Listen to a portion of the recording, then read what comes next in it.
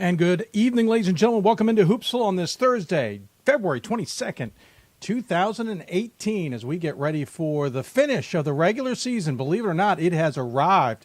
We are just days away from the end of the season. And if you're not already jazzed up, and hello, Andrew, you should be. So welcome in as we roll here into the final days of the regular season. If you got questions for us, tweet us at D3Hoopsville. You can email us, hoopsville@d3hoops.com. Join us on Facebook at facebook.com/hoopsville. We're on Instagram at D3Hoopsville as well, though we promote the show mainly there. We don't tend to follow questions all that necessarily. It's all screaming at the bottom, or rolling at the bottom of your screen as well. You can use that information to contact us. We will keep track of lots of scores going on throughout Division III today as conference playoffs are hitting their stride. A lot of semifinals taking place today. ODAC women, I believe, is underway today. But the ASC men have already gotten underway. East Texas Baptist over Mary Hardin Baylor, 86-82. Laterno passed Howard Payne, 100-74. And other games are taking place. Both number 1 Whitman and number 4 Whitworth will play today. Number 12 York will be in action, though that game may not be over by the time we get off air. Number 20, Salem State is in action. 22, Nichols is just underway. Marietta, number 24, will be playing as well. That's all on the men's side, along with other Pool C considerations or automatic bids as well. Southern Vermont trying to secure an automatic bid, so will Albertus Magnus. They're in action today as well. There's some other games. Concordia, Texas, and Texas Dallas will be hitting the floor. They should have. They might be in game action right now, and we'll double-check that score. Baldwin Wallace and John Carroll in a huge OAC battle will be hitting the floor soon. Mary Washington, Christopher Newport, Central and Loris, Wartburg and North Nebraska Wesleyan, Texas Tyler and Sul Ross State later. All big games here today. The other OAC game, I think, is taking place. I can't seem to find it. Although, yeah, it was Ohio Northern versus Marietta. We did mention that. As for Concordia, Texas, and Dallas, Texas-Dallas, they are underway, and Concordia's got the 42-35 lead in that game early in the second half. On the women's side, lots of games there as well. Number 2, Wartburg will be taking on Loris. Number 8, St. Thomas taking on St. Mary's. Number 12, Whitewater playing Eau Claire. Number 13, Whitman playing Willamette. Number 14, George Fox will be playing Lewis and Clark, and those games being played at George Fox, who got the tiebreaker. Number 17, Christopher Newport will be playing York. Number 19, Marymount and Mary Washington underway early in that game. Number 21, St. Benedict will be playing Gustavus Adolphus. And by the way, back to the Christopher Newport game, that is underway as well. We will try and keep an eye on what that game is doing. Number 23, Oshkosh is at La Crosse, and a little bit of a twist. And Otterbein is at number 24, Ohio Northern. Marietta is also in action today, and they are in the third quarter and just barely leading Capital right now, 45-42. Other teams like Randolph-Macon, as we mentioned, the ODAC tournament underway, they lead Bridgewater at halftime. New England, University of New England playing Western New England. That game is just tipping off. St. Joseph's of Maine taking on Albertus Magnus. That's just tipping off. Shenandoah and Emory and Henry played earlier. E&H got the big win by 26 there. Texas Tyler and Concordia, Texas and women's basketball played earlier, and Concordia won that game. And Washington Lee over Guilford 79-77 in earlier ODAC play. Mary Hardin Baylor over Louisiana College 81-71. Other games we'll keep an eye on as well include Virginia Wesleyan and Lynchburg, all playing today. Redlands and Claremont Mudd Scripps will play later along with Cal Lou and Chapman, but obviously we'll be off air by that point. Back to the Christopher Newport game. They lead York by 20 late in the third quarter. So that's what's going on. We're going to keep an eye on all of it as it goes along. Hello, Dean Corwin. Thank you for watching the show, sir. Lots to talk about here today, and we hope you'll take the time. Andrew says, how about those Hope women? Will they host? I don't know. There's a question about their ranking. They're third in the rankings right now. That is not an ideal spot to be if you want to host. That said, there's some question about just how tight things are in the Great Lakes region. If all things held firm, no, I don't think Hope women would be hosting. Now, I went to try and help someone with this argument earlier as to why Hope was behind, and it turns out my data may have been old. I'm not sure how the data sheets I pulled down ended up being last week's sheets. I'm going in to double check that as we speak, actually, so I can give a better answer here. But Hope sitting third. No, they won't host if that's how they hold. And yeah, my data's old, so I got to go find the new data. And if you bear with me, I will call that up. Boom and boom, and then we'll try and find the Great Lakes data sheet here real quick. That one's updated, so there we go. So DePaul at a 24-1 with a 2-1 and a 531, and Hope is at a 23-1, 2-1, and a 540, which basically makes them equal. So Hope sitting in third in the regional rankings. If they stay, or sorry, they're starting second. You know what, Andrew? I apologize. I had them backwards. Hope sitting second. So yeah, Hope would host if all things remained the same. Yeah, as long as Thomas More doesn't move ahead of them, and as long as Trine doesn't move ahead of them, I don't think they would at this point in time unless Hope loses. As Hope loses, it opens the door for Thomas More to move ahead of him, trying to move ahead of him, and possibly Rose Holman. And in that case, Hope would not host. So Hope needs to win, I think, the AQ for them to host. If they don't win the AQ, then I don't think they host. So Hope's in the tournament. They don't have to worry about that. But if they want to host the opening weekend, they're going to have to win the AQ, in my opinion. Sorry about the confusion there. I had them third. And it's DePaul, Hope, Thomas More, Trine, Rose Holman, the top five, then Ohio Northern there. If you got other questions, you can do it, as Andrew did, on our YouTube window. You can do it on the Facebook Live window if you want. I see Dane McKee has joined the program. Hello, sir, and thank you for taking the time. You can also tweet us at D3Hoopsville or hashtag Hoopsville. We've got it up here on our screen, and hopefully keeping an eye on that. We also have email, and I got a question that says, from Basketball Jones, it says, I saw Augustana versus Oshkosh game, wondering how the committee put Augie ahead of the Titans. Well, I'll start with the fact that just because what you saw doesn't mean a thing. It comes down to primary criteria, and it doesn't come down to eye test. Primary criteria is going to drive the ship on that.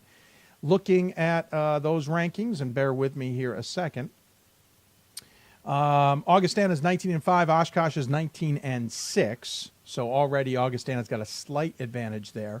According to the data, Augustana's got a 566 SOS with a 4-3 results versus regionally ranked opponents, while Wisconsin Oshkosh has a 548, also a 4-3. So right away, Augustana has got a better results versus regionally ranked opponents. That would be the first answer to that.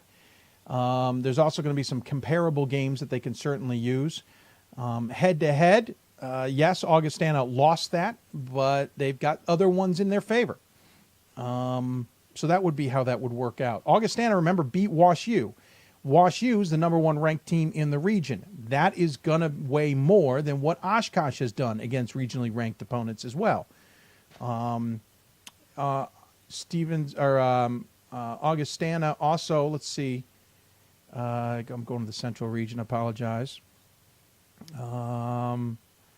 Augustana also has results over, well, Stevens Point, who's fifth ranked. So does Oshkosh. Oshkosh split. That means a loss. Augustana has a win, so that's going to favor a little bit in Augustana's side. Augustana has split with Illinois Wesleyan, though I don't know if Augustana has played Illinois Wesleyan. Oshkosh has played Illinois Wesleyan. I'm quickly checking. I don't see a game, so that's not relevant. Right now I think it's probably splitting a little bit of hairs, but I've got Augustana ahead of Oshkosh in that one, despite the head-to-head win by Oshkosh. Because again, Augustana's got a win over Wash U. They got a stronger SOS.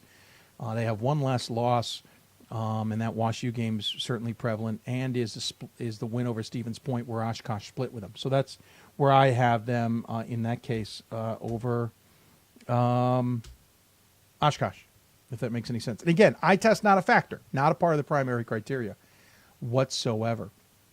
Of course, we have games already underway. NJCU and TCNJ have put themselves in a bit of hurt, as it were, taking losses. In the top 25, so far quiet, but a lot of teams haven't really played a lot. The top five, in fact, hasn't played any. Illinois Wesleyan lost to North Central at the end of the regular season. They have a game now against North Central tomorrow in the CCIW tournament. Of course, that game will be played at Augustana because Illinois Wesleyan couldn't tie up the number one seed because of that loss to North Central. If they had won that game, or Augustana had lost, they would be going to the Titans, but instead they're heading out to Rock Island. They'll play North Central again, who they just lost to by 9. That's the only loss in the top 25 so far, and including receiving votes. On the women's side, nobody has lost so far, so nothing of substance there. But that's because a lot of the games are starting to now take place, and this is where we'll start taking a lot of those losses along the way. So that's what we got. Let's talk about guests tonight, and we'll get back to your questions if you have any. I have a feeling you may. And you're welcome. Jay Cozen says, I know the whip around was a maybe as of last Sunday. Any updates as of tonight? I love the show last year. I know there's been talk about working it out. I might have a challenge on my side of things, but I know the guys have been talking. I have not been able to participate in those conversations. I've been a little bit too busy today. Plan to talk about it tomorrow. How it all works is going to depend on who's hosting, to be honest with you. Not going to go into all the details, but we hope to put something together, I believe. I believe that's the plan, but it just may be a little bit different than last year, depending on some scenarios. I think it's going to happen. It's either going to feature in here like we did last year, or it's going to feature some other assistants from our D3 Sports kind of gang, to be determined. So stick with us. I will know a definite answer on whether we're doing the whip around on Sunday. I'll have a more definite answer as to who, what, where, and when as of Monday. That will be kind of how that works out. All right, so guests tonight, we're going to talk to Lehman men's basketball coach Steve Schulman coming up. They play for the CUNYAC title on Friday night against Staten Island. We'll talk to UMass-Dartmouth's women's basketball coach, Ducharme, about his Corsairs and what they need to do in the Little East to get into the NCAA tournament, which basically means win the AQ, but we'll talk to him about that. Piedmont women's basketball coach Jamie Purdy will join us on the show. USA South, a fascinating one, especially with the likes of Berea in their first eligible season in the mix.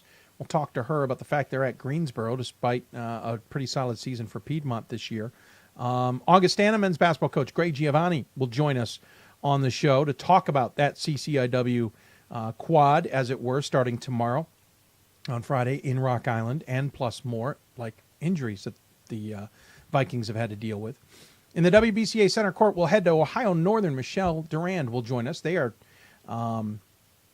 playing tonight, so we talked to her earlier today. We'll talk to her certainly about the team and the OAC race, but most importantly, she's been chosen to do a presentation in front of any coach who wants it at the WBCA convention coming up at the Division I Final Four. We'll talk to her about a little bit about that and practices and how she runs them and how she kind of massages them throughout the season. Then we'll get a NESCAC update. NESCAC heading into the semifinals and championships, all at Amherst for men and women. Howard Herman joins us from the Berkshire Eagles. He's been covering the NESCAC for 20 years. He'll talk to us about what he thinks of the NESCAC tournament and some of the teams in that tournament, and also what else he's watching in New England. So that's still ahead here on the show. Again, if you have questions, Basketball Jones says, thanks for the rational answer. You're welcome. We try our best to give rational answers here. If you got questions for us, tweet us at D3Hoopsville or hashtag Hoopsville. Email us, hoopsville at d3hoops.com. Join us on Facebook at facebook.com/Hoopsville. Fascinating in the Mid-Atlantic region, by the way, if you're trying to keep track of what's going on there. It is absolutely crazy. You could literally do a pick'em in the way you rank teams on the men's side. Ryan and I hinted at this Sunday, and by the way, a heads up on Sunday, we'll be doing the show a little bit early. I think we haven't determined yet. We may start as early as 5. Stay with us on Twitter to find out what we're doing. Ryan and I both agreed we may miss a few teams this year. The committees seem to be using all the data a little bit more than we're used to. And I don't mean that they don't always use all the data. They do. But I think sometimes they're willing to make a decision maybe where we thought it might be a split. Maybe they lean on that results versus regionally ranked a little bit more than we do or did in the past. Maybe they're not leaning on the SOS as much as we thought they would, i.e., Oshkosh may not have as strong an argument because of losses, or they have a stronger argument because of results versus regionally ranked opponents. This year it's going to be a little bit different. I wouldn't be surprised if we miss a few extra teams this year. We've been pretty good the last few years selecting. No more than 2 misses, which out of considering the data is pretty solid. I think last year we missed 1 on each side. I don't see us being that successful this year. Just fair warning. That way if we do well, we can pat ourselves on the back, right? So lots to discuss and lots to get to here tonight. And again, we'll keep track of the scores throughout the division and see what's going on with that, and see if there's already teams who may be on the ropes for at-large options as well. Certainly, Christopher Newport women are not. They're up by 23 on York right now with less than 8 minutes to play in that game. So that game is all but wrapped up. So lots to discuss, lots to get to. We'll answer your questions. And a reminder, Sunday we'll be on the air, to be determined, but 5 or 6 o'clock Eastern time for a number of hours. We will talk to a number of coaches and teams who are in the tournament. We will also talk to Carrie Harvey-Cutter at Salem about what they're doing to prepare for the championships for probably the last time. We'll also start picking whether, I'm trying to debate whether we'll do women first and then men. It's up in the air, but we'll figure it out. We'll get our pick'em crew here and do our due diligence to get that work done in hopes of selecting all 20-plus at-large bids. And then they go behind the scenes and bracket. We will not bracket on the show. We've done that in the past. We don't have that kind of time. Then on Monday, the selection shows will take place on NCAA.com. Of course, we will have them also at D3Hoops.com. Yours truly will be part of those programs. I know what time we're taping. I know the women's is at 2:30. I think that means the men's will be at 12:30, but I have not gotten confirmation of that as of yet. So there you go. Lots to discuss here. It looks like we accidentally tweeted out on the wrong accounts today. How did we do that? Very interesting. I'm not sure sometimes how our system tweets out what we are doing on shows and whatnot. Looks like we double or triple tweeted for somehow. That's fascinating. Anyway, follow us on Twitter at D3Hoopsville and hashtag Hoopsville. Email us hoopsville at D3Hoops.com and join us on Facebook, Facebook.com/Hoopsville. Going to take a break. When we come back, Steve Schulman from Lehman joins us to talk about his Lightning squad and the CUNYAC race. You're listening to Hoopsville, presented by D3Hoops.com from the WBCA and ABC studios. More Hoopsville after this. I did receive a non-athletic scholarship upon entering school. I got the presidential scholarship, which was huge for me. I think there's more opportunities for academic scholarships in Division III. I did receive academic scholarships. Just being involved on campus, being a leader, all those things combined kind of get me recognized. It's a great experience for me.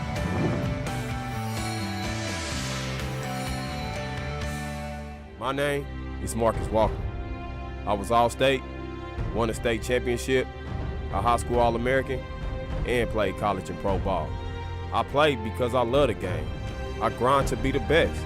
I sweat because I put in work. I'm strong because I believe. When I want to bring it before game time, I come to the house that college basketball built, the CBE. No matter your skill, take it to another level. Elevate your game right here at the College Basketball Experience at Sprint Center. It's on us to stop sexual assault in any way that we can. To get a friend home safe. To never blame the victim. It's on us. To stand up. To make our community safe for all. It's on us. It's on us to look out for each other at parties. It's on us. To be more than just a bystander. To step up and say something. It's on us, all of us. To stop sexual assault. Learn how and take the pledge at itsonus.org.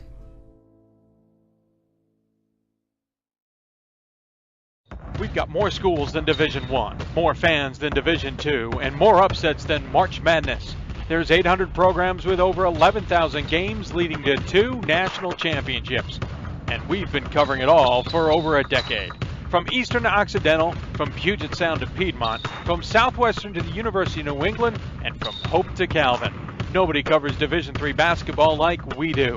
We're at D3Hoops.com at www.D3Hoops.com.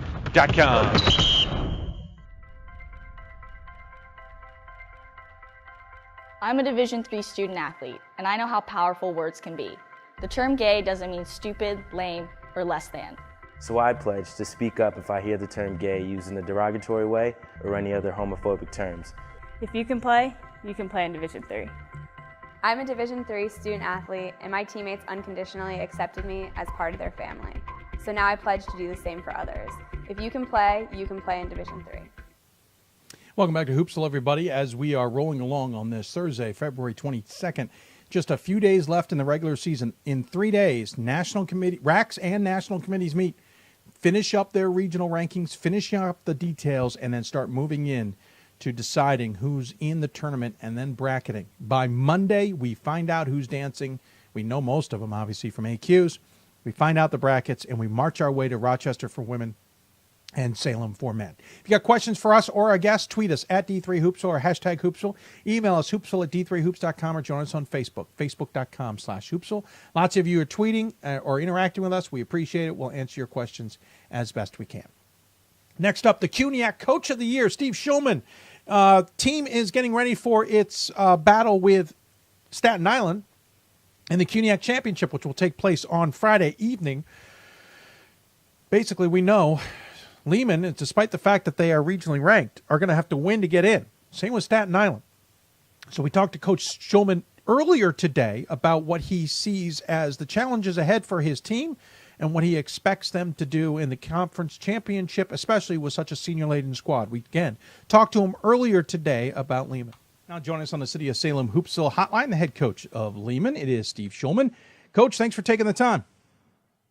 Yeah, wonderful to be here. 22-4 in the season. You guys ran through the conference at 15-1, something like a 14-game winning streak as we head into the next round of the CUNYAC tournament. You got to be pretty pleased with how this season has evolved. Yeah, I think I'm more than pleased. I don't think in the beginning of the year, I think we knew we were going to be a real good team, but I didn't think it was going to be this special in terms of how many wins we got. But the guys have bought into playing together, and we have a lot of talent. It's a good combination. Yeah, at the beginning of the season, you guys started 2-2 with a loss to Westfield State and Farmingdale State in overtime.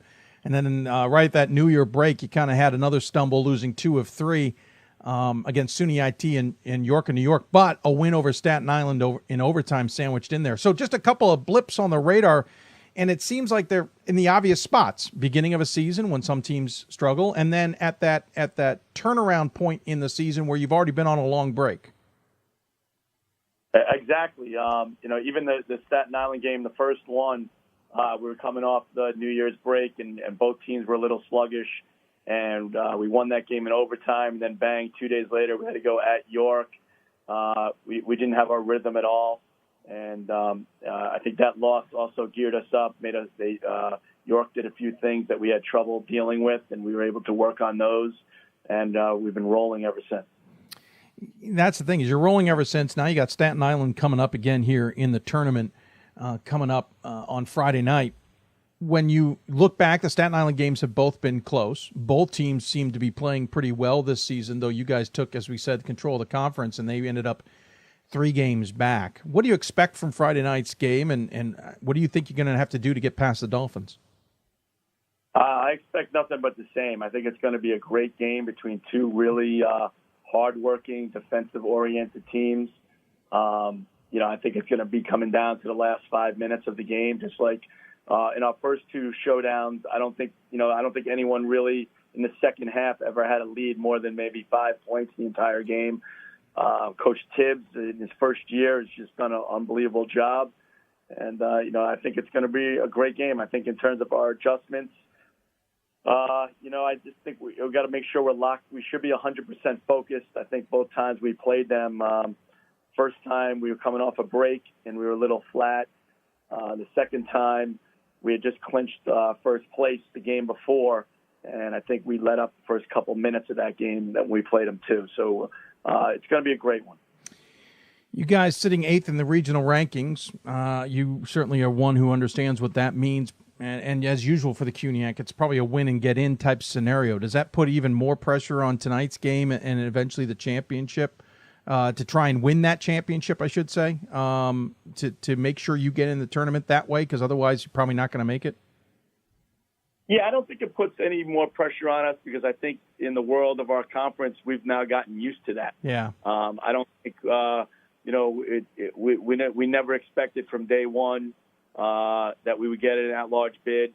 I was on the national committee for 4 years. Mm-hmm. I know how the math works. I'm not a big fan of all the math. I know there's really no other way to do it. But I don't think it adds any pressure. I've got 10 seniors on this team who wanted to get to this game, and they're here, and they're going to play well tomorrow night. And to clarify, you're playing in the championship game on Friday night against Staten Island. this championship game has seen a lot of variations. It's been a fun game to see on a Friday night in Division III. Well, how do you expect the home crowd to treat you guys? Well, it's going to, it's at a neutral site, right. CCNY. It's going to be packed. I think, I know in terms of Lehman, it's been a while since we've been in the final. Mm-hmm. So our fan base is excited, and they're going to be out there in force. And we led our conference in attendance this year. We got a great atmosphere. Just ask Coach Barron at Gwinnett Mercy. He'll tell you what the atmosphere is like at our place. Yeah. So they're gonna be there in force. And but Staten Island, they'll travel well. CUNY is very interesting in terms of we're all so close together. Right. That both sides, both Staten Island will have their fan base. We'll have ours, and it should be rocking. Yeah, you mentioned on Coach Barron, and you guys did have that CUNYAC CSAC battle this season, and you guys knocked off Gwinnett Mercy, kind of maybe in some way put them in a little bit of a tailspin here to close the season. How big a game is that for you guys in the sense of outside conference late in the season? And I also have the sense, since you served on the committee, it also was a little bit of an effort to try and bolster numbers.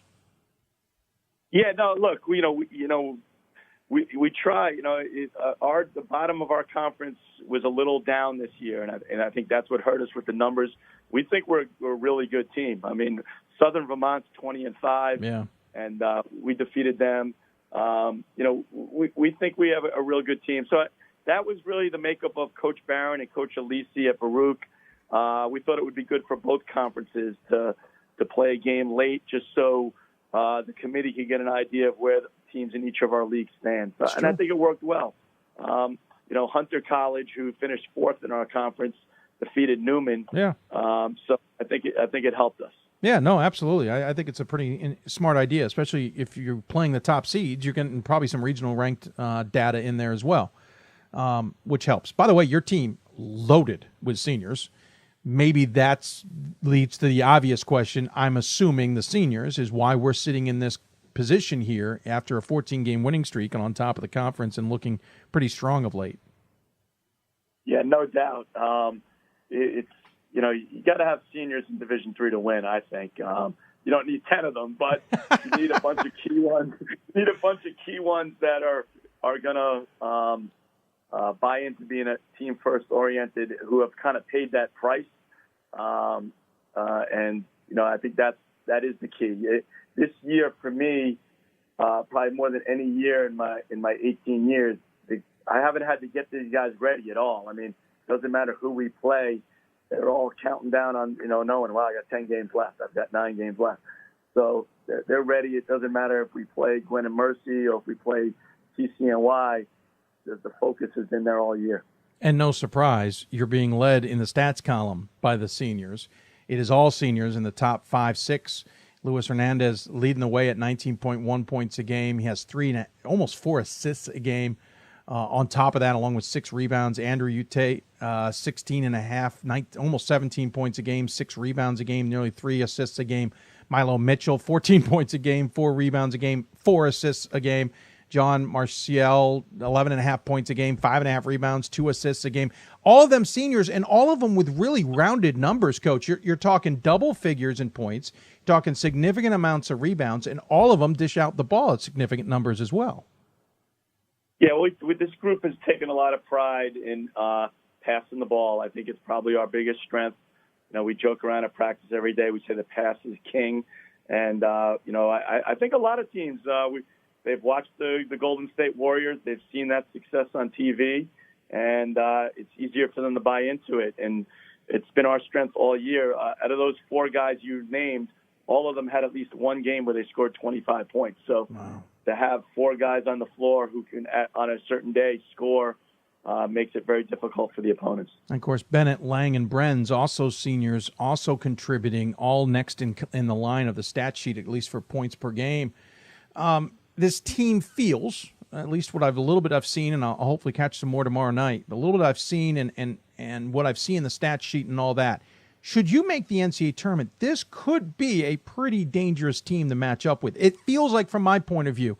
What do you think of your chances? I know it all comes down to matchups, but this team looks like a matchup problem. We're just focused on tomorrow night. That's our number one thing. got to beat CSI. They're the defending champions. They're they're perennial CUNY. If they're not winning the championship, they're losing in the championship. So that's where we're at. But yeah, no, I think that Southern Vermont game and also that Gwen and Mercy game, gave our guys the confidence that they feel they can play with anybody in Division III. So yeah, I agree. If we could get into the tournament, our expectation would be to try to win a couple games. And you are a one I've seen a lot in Salem, Virginia. Obviously, 4 years on the committee gets you to Salem, Virginia pretty often. But I think I've even seen you outside of committee trips. You looking to go back one more time to celebrate Salem this year? I don't know if I'm going to, I might be there. I go with, I used to go a lot with Bob Slosher, who I went with when I first started coaching at Elizabethtown College. So I think, they're honoring Bob this year in San Antonio. Yes. So I think I could be going there instead, unless my team's playing. But, as good as we are, I don't think we're that good. So but I might be there. I haven't decided yet. Hey, a realistic coach. I've never heard one actually tell me that, that be that honest. But that said, you never know how the bracket falls into place, and it may go your way. Coach, I appreciate you taking the time to talk about the squad. I've been wanting to get you on for a while, and I can't figure out the timing to save my life. Earlier this season, I couldn't even figure out the timing behind the scenes, but I really appreciate you taking time to join us and talk about the team right before your championship game on Friday. Look forward to seeing that game as I watch it online, and then, as always, we give the coach the final word. Any final thoughts that we can that you want to share with those who may be tuning in? No, I just want to thank you guys, at D3 Hoops and Hoopsville all the time, because it's just great to have Division III basketball, get the look that you guys give it, and, go Lehman Lightning for tomorrow. That's it. Perfect. Thanks, Coach. Appreciate all your time. He is Steve Schulman, head coach of Lehman. They are 22-4 overall and taking on Staten Island in the CUNYAC Championship coming up on Friday night. Joining us on the City of Salem Hoopsville Hotline. And thanks for Coach for joining me earlier today to talk about his program. I said it, you didn't take the bait necessarily, but there's something about Lehman, and I'm going to look forward to seeing maybe a little bit more of it tomorrow. It's something about them as a matchup I think can be a challenge in the NCAA tournament, depending on the bracket and how things work. Keep Lehman in the back of your minds. We may be talking about them second weekend, depending on some matchups. Maybe I'm off there, but something about their matchup, something about what they bring to the table makes me wonder if they got something special built up in them this season. We'll see. Going to take a break. When we come back, we'll jump into the Northeast, talk women's basketball, talk Mass-Dartmouth women's basketball in the Little East. What exactly can they do in the Little East Conference Championship, and can they secure that NCAA bid and maybe stir some or cause some waves in the NCAA tournament as well? You're listening to Hoopsville, presented by D3Hoops.com. From the WBCA and ABC studios, more Hoopsville after this. College basketball lives in Kansas City at the College Basketball Experience at Sprint Center. The College Basketball Experience is the place to get your game on. It's not a museum, it's an experience you won't forget.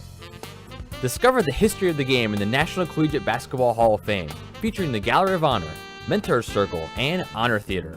Suit up in the latest CBE logoed Nike gear at the CBE Hoop Shop.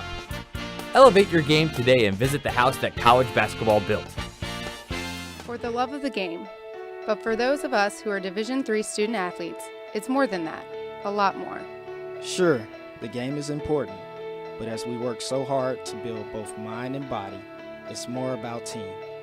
That is why NCAA Division III teamed up with Special Olympics. And in giving the gift of sport to those for whom it seemed an impossible dream, we are working to make this a better world. Help us keep that dream alive. You can make a difference. This is why we love sports. It's in the way they play, free from the pressures and all the money talk. Playing for simply the love of the game, where everyone has a shot at their definition of success on and off the field. This is what we love about sports, and what we can still love about college sports.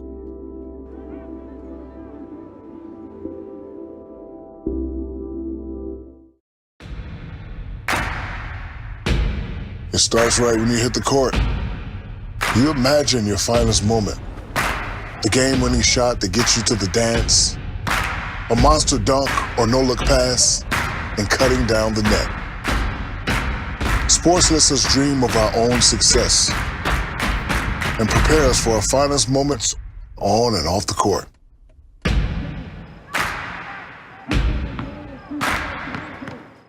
We've got more schools than Division I, more fans than Division II, and more upsets than March Madness.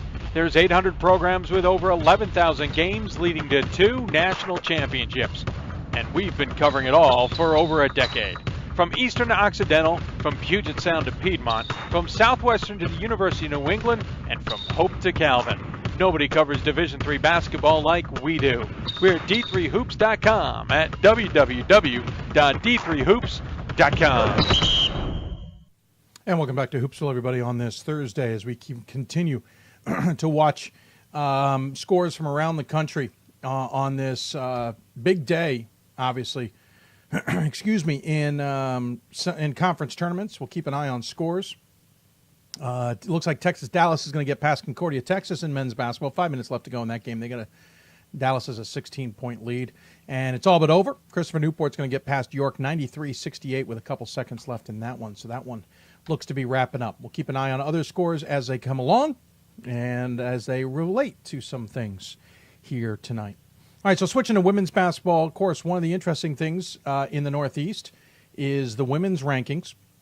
We got some good teams in there, but there's some other ones that are making waves. Number 4 is St. Joseph's of Maine. Number 5 is Roger Williams. Number 6 is Mass-Dartmouth. 7 is Smith. It kind of breaks up the NESCAC train that starts the top of that. But what's interesting, Smith is the first NEWMAC at 7. It's these other conferences and these other teams that now are starting to show their strength, especially in the Northeast region. One of those teams, Mass-Dartmouth, we've always been talking about over the course of the few years about just how good they can be and where they've been positioning themselves over the years. Joining us on the City of Salem Hoopsville hotline, it's the head coach of the Corsairs. It's Matt Ducharme. Coach, thanks for taking the time as always. Thanks for having me on, and thanks for all you guys do over there at D3 Hoops. Well, thank you, sir. Appreciate the kind words. 23-3 this season, 14-0 in the conference. I think at one point, I remember late November, you guys were off to a 3-2 start, and I kind of scratched my head and went, okay, maybe they're not going to have the season that we've gotten kind of used to, 25-6 last year and a couple of 18-19 win seasons prior to that. Maybe this is just going to be an off season. And then I looked away, and then you guys woke up. Now, granted, Roger Williams and Bowdoin were 2 of those opponents that you lost to, not shabby teams, but you guys have really had a good season, and he even took Tufts to the wire in early January. Are you guys maybe sneaky good and we just don't realize it? I have much of the team returned from last year, and I think it took us a little bit in the beginning to sort of get our wheels back after, our first NCAA run the year before. And I think maybe we came in thinking people were just going to give us something without earning it. Mm-hmm. And I think we had to sort of get a little bit humbled first and then realize we have to put the work in to get to where we want to go and what our goals are. I have a great group of players that sort of just have come together so nicely and really look out for each other. And I'm very proud of where they've come from that 3-2 start. Yeah, 3-2 can unravel a team. One of those losses to Roger Williams, who's right ahead of you in the regional rankings, and one of them is to Bowdoin, who's right ahead of you in the regional rankings. Another one's to Tufts, right ahead of you in the regional ranking. You're playing these teams that are right ahead of you in the sense, but also in the conversation. And for the most part, you're in every one of these games. We don't have to discuss the Bowdoin game, but thanks. Yeah, you had a tight battle there with Tufts.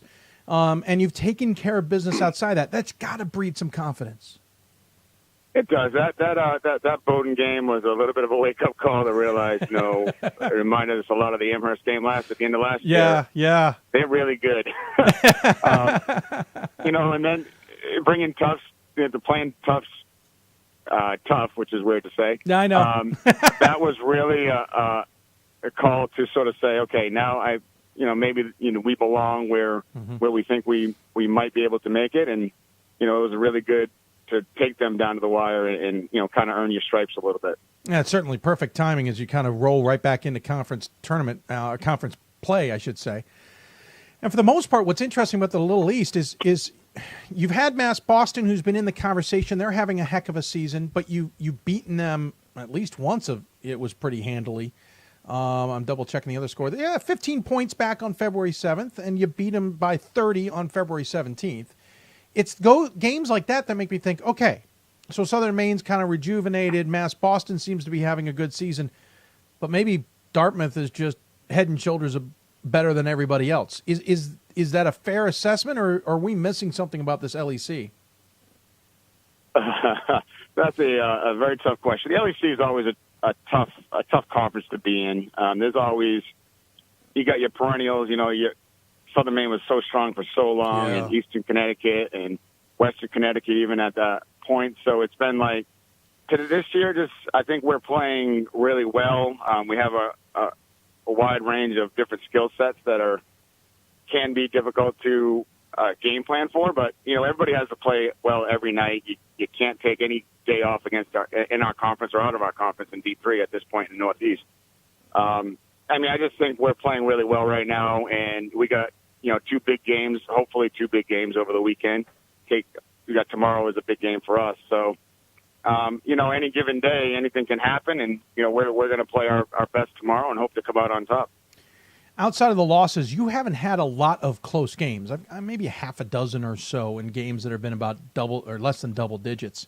You've really controlled your opponents this season.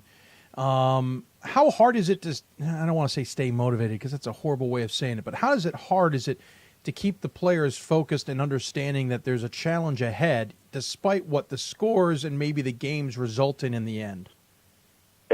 It's critical. It's actually, it's going to sound weird too. It's not that hard with this group. Have some really good leadership on this team. And we have our own goals within ourselves that we want to accomplish in each game. So those really become, even if we're scoring and having those margins of victory at times, it's because they're executing the way they're supposed to execute. So we always have that competition within ourselves as well. And they've been the team's been so good about not having those nights where they, I can't say that. We had some nights where we didn't play as well as I would like, obviously, but the fact of the matter is they really hold each other accountable and themselves accountable to stay alert, and they know that NCAA tournament last year really showed us what the competition is out everywhere in this country and how amazing it really is. So they do a good job of keeping themselves up. Hopefully I have something to do with some of that, but I think it's really player driven. It's really player led, which I think is always the best way. You guys had a heck of a season last year. You beat La Roche in the first round. You upset Montclair at their place in the second round, beat New Paltz in the third at Amherst, and then you played Amherst in the Elite Eight with a chance to go to the Final Four. And Amherst kind of maybe revealed the true secret of those top teams, holding you to 33 and beating you by 40. Has that been a topic of conversation? You seem like maybe it has, or at least it's in the back of everybody's mind still. It was something we said at halftime. Like, I remember my point guard, who's a senior this year, saying, guys, we need to take this. Yeah, it stinks right now that we're getting beat this bad, but this is what it takes to be at that next level we want to be at. So I think they took that as a learning experience and have really wrapped that into this year. That being said, we really have to let last year go and realize this is a season on its own. So we take the experience and get humbled by a 40-point loss to the eventual national champions, but we move on, and hopefully it helps us moving forward. Well, at least they're the eventual national champs, and at least you weren't the only one. They did it to everybody. For sure. You're led by Nakira Examon, the junior, nearly 20 points a game, 10 rebounds a game, a double-double. Hands out about 2 assists a game, gets about a steal a game, not too shabby. Alicia Cuddle, the senior, 19 points a game, 8.3 rebounds a game, 2 assists a game as well. Leah Doty, the senior as well, 9.3 points a game. And you got other contributors, including Ashley Brown, Caitlin Milligan, Chelsea Houlihan, and Jess Korzik, all 6 points plus, though Kozik's only played in 16 games. You got a lot of options there, but you got 2 there at the top at nearly 20 points a game each. That certainly are going to make people think twice about how they defend you guys. It's an amazing thing to have 2 really talented posts who complement each other so well and aren't selfish. And Leah's having a great year. We have that inside presence, so it's really opened up the outside game for us. And it's a new wrinkle we have this year is we're able to shoot a little more outside. And last year we weren't as good shooting outside, so that really made everybody collapse on us. And when they did that, it was tough. We've been able to open that up a little bit. They're just all special people, and they do a nice job, and they worked so hard in the offseason to get better for this year. Leah is probably the most improved player I've seen over 4 years from when she was a freshman to now. Just her ability to improve every year and become the outside shooter she's become this year. So they're like I said, senior led and leadership, and I got two amazing post players that are really tough to deal with. And Alicia can play a little bit outside too, which really gives some teams fits at times and gives me fits sometimes as well. No, don't do. Okay, great shot. I know that. I've seen that look amongst coaches. Well, yeah, you have that two inside presence. They're both elder in the sense of junior, senior, so they've got experience, and you've got the guard play. I've asked this of a number of coaches, and I'm curious: is there anything you guys aren't doing well still that you need to brush up on as you head into the LEC, end of the LEC tournament here, and at the same time, hopefully heading into the NCAA tournament? Yeah, I mean, I always want to be better on, defense. I want to create havoc more. I love pace of play. I think we've actually done a great job with our pace this year. I also want to clean up unforced errors because those things drive me crazy. I think we still can do that. We like to play fast, so sometimes we play too fast, and I always tell them the difference between playing fast and playing hectic or chaotic is really what gets us in trouble. So cleaning up the turnovers is a point of emphasis, and really playing team defense is a huge point of emphasis, as well as improving as we move forward. You've got Eastern Connecticut ahead of you for the semis, I believe. You beat them by 16 earlier this month, and you also played them earlier this year in January and beat them by 8. Do you, looking at where you are regionally ranked, looking at your scenario, I know you want to go win. I'm certainly know that that's the goal. Go win the AQ, go wrap this up, we're all done. But are you confident that you can absorb a loss here if it doesn't go your way?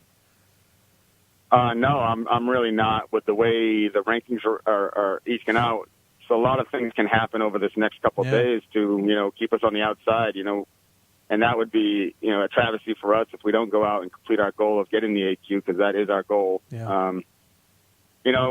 But I don't want, and I think I said this, I don't want to leave it up to other people to choose our fate, because I think it's very important that we take that on ourselves and hopefully go out and prove that we deserve that. Right. And that's up to us. Does that become a topic in the locker room then?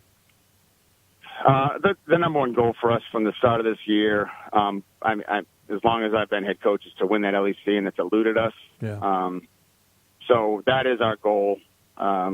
And now it's within reach, so we got to finish that out, and nobody's going to let us do that. I can tell you, Eastern Connecticut's coming in tomorrow to beat us and prove that they're worthy of an AQ. So, it's our job to go out there, play like we're capable, and not let the moment be too big for us. It's a different. You guys, Roger Williams, we mentioned earlier on, and others are in the middle of the regional rankings this season. St. Joseph's of Maine, where you three and others tended to be lower down in the conversation. Yes, Amherst, Bowdoin, Tufts are in the top 3, and NESCAC seems to be. They've proven that. But you guys are further up now in the conversation. You're further up in the regional rankings. That can mean a lot of things for the NCAA tournament. It could mean you could avoid those 3 maybe a little bit longer. It could mean you get a chance to host, whatever the case may be. How much of a difference is that in your office now than it was a year or 2 ago, where that wasn't part of the equation? Great question, as they say.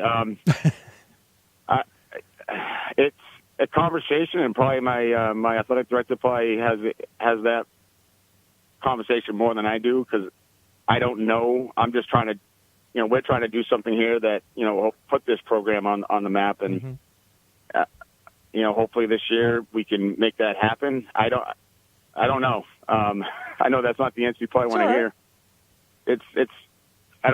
We don't want to talk about things too much. I'm really honing them on. I'm a Patriots fan, so It's I'm all sorry. about the next game, and we're on to Well done. You're welcome. It's always on to that next game. We got to win the next one to have any rights or privileges. Yeah, no, I get that.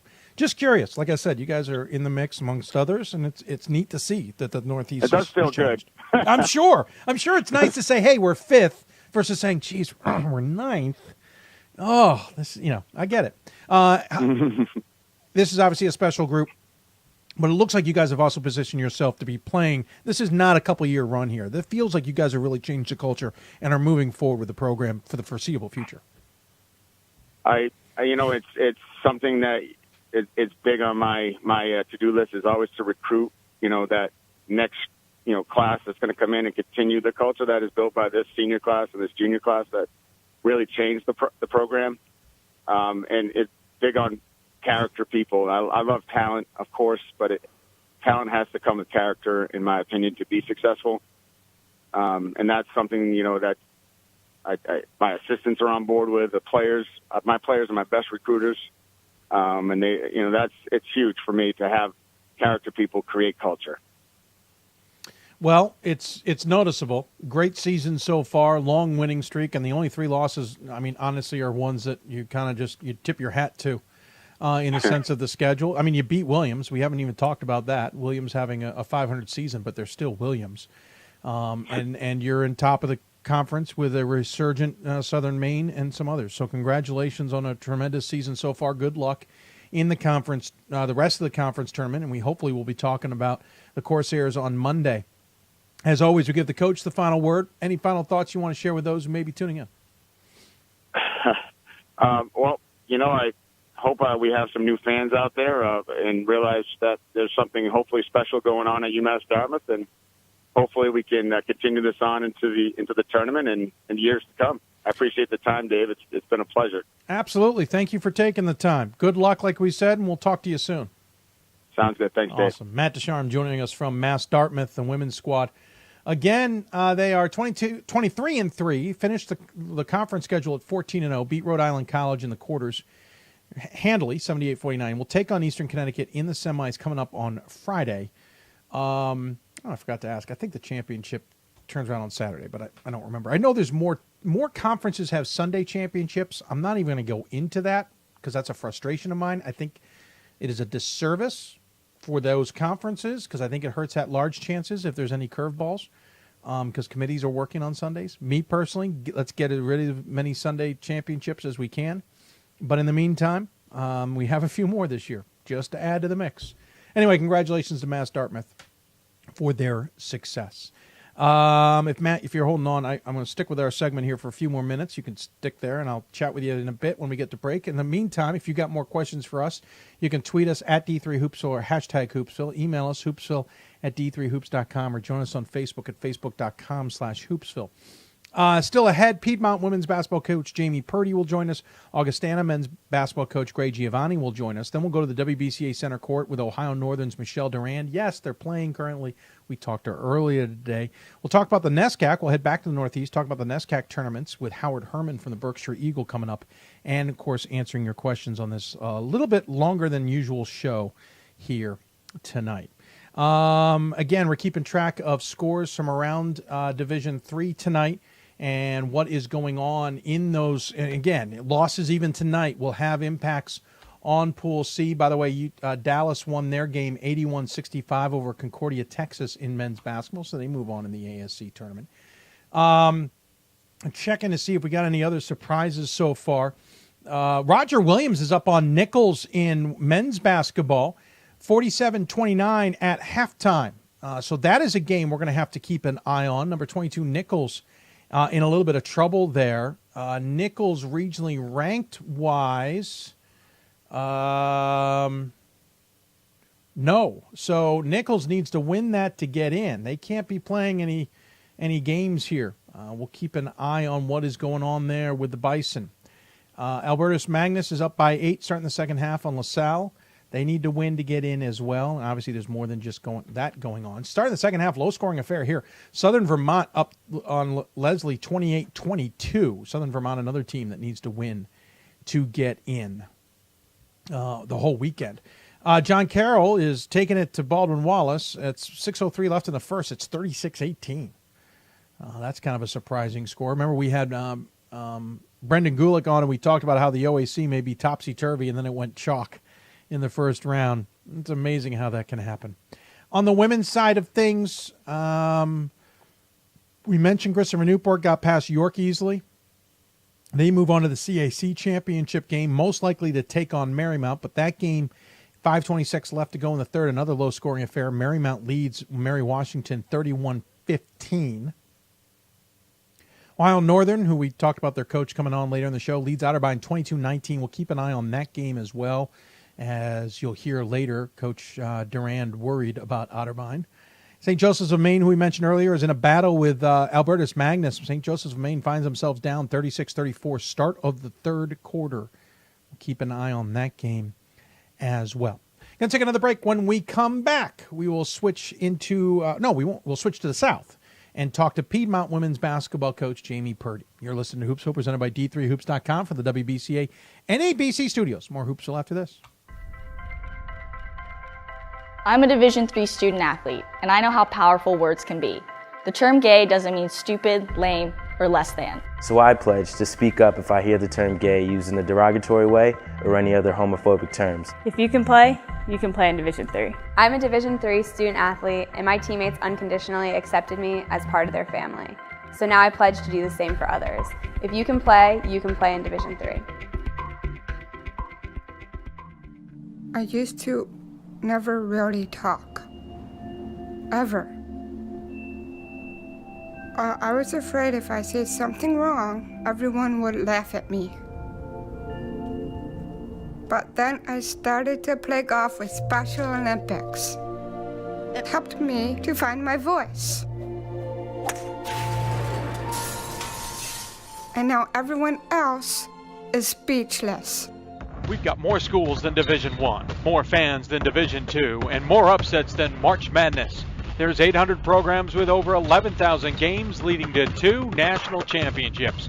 And we've been covering it all for over a decade.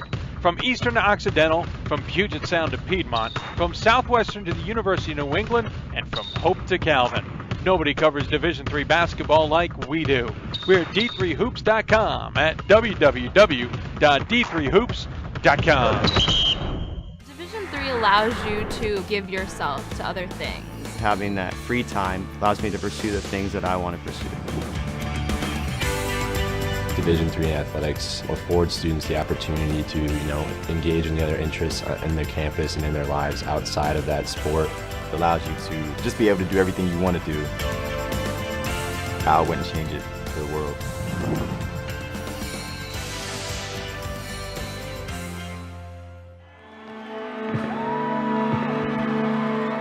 Great moments are born from great opportunity.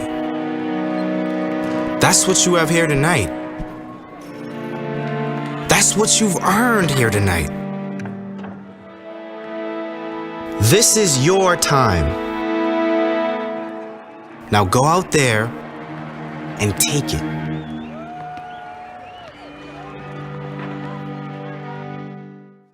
College basketball lives in Kansas City at the College Basketball Experience at Sprint Center. The College Basketball Experience is the place to get your game on. It's not a museum, it's an experience you won't forget. Discover the history of the game in the National Collegiate Basketball Hall of Fame, featuring the Gallery of Honor, Mentor's Circle, and Honor Theater. Suit up in the latest CBE logoed Nike gear at the CBE Hoop Shop. Elevate your game today and visit the house that college basketball built. For the love of the game. But for those of us who are Division III student athletes, it's more than that, a lot more. Sure, the game is important, but as we work so hard to build both mind and body, it's more about team. That is why NCAA Division III teamed up with Special Olympics, and in giving the gift of sport to those for whom it seemed an impossible dream, we are working to make this a better world. Help us keep that dream alive. You can make a difference. This is why we love sports. It's in the way they play, free from the pressures and all the money talk. Playing for simply the love of the game, where everyone has a shot at their definition of success on and off the field. This is what we love about sports and what we can still love about college sports.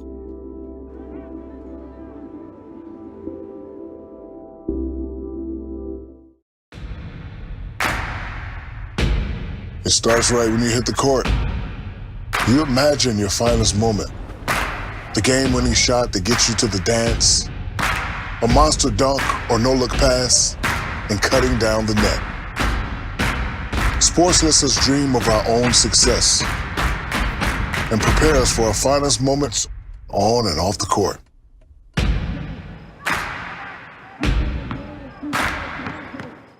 We've got more schools than Division I, more fans than Division II, and more upsets than March Madness. There's 800 programs with over 11,000 games leading to 2 national championships. And we've been covering it all for over a decade. From Eastern to Occidental, from Puget Sound to Piedmont, from Southwestern to the University of New England, and from Hope to Calvin. Nobody covers Division III basketball like we do. We're at d3hoops.com at www.d3hoops.com. Hey, folks, sorry for the long break here. Having trouble getting our next guest online. We will take another quick break and be back, hopefully, with our guest. You're listening to Hoopsville, presented by d3hoops.com from the WBCA and ABC studios. More Hoopsville after this. Great moments are born from great opportunity. That's what you have here tonight. That's what you've earned here tonight. This is your time. Now go out there and take it.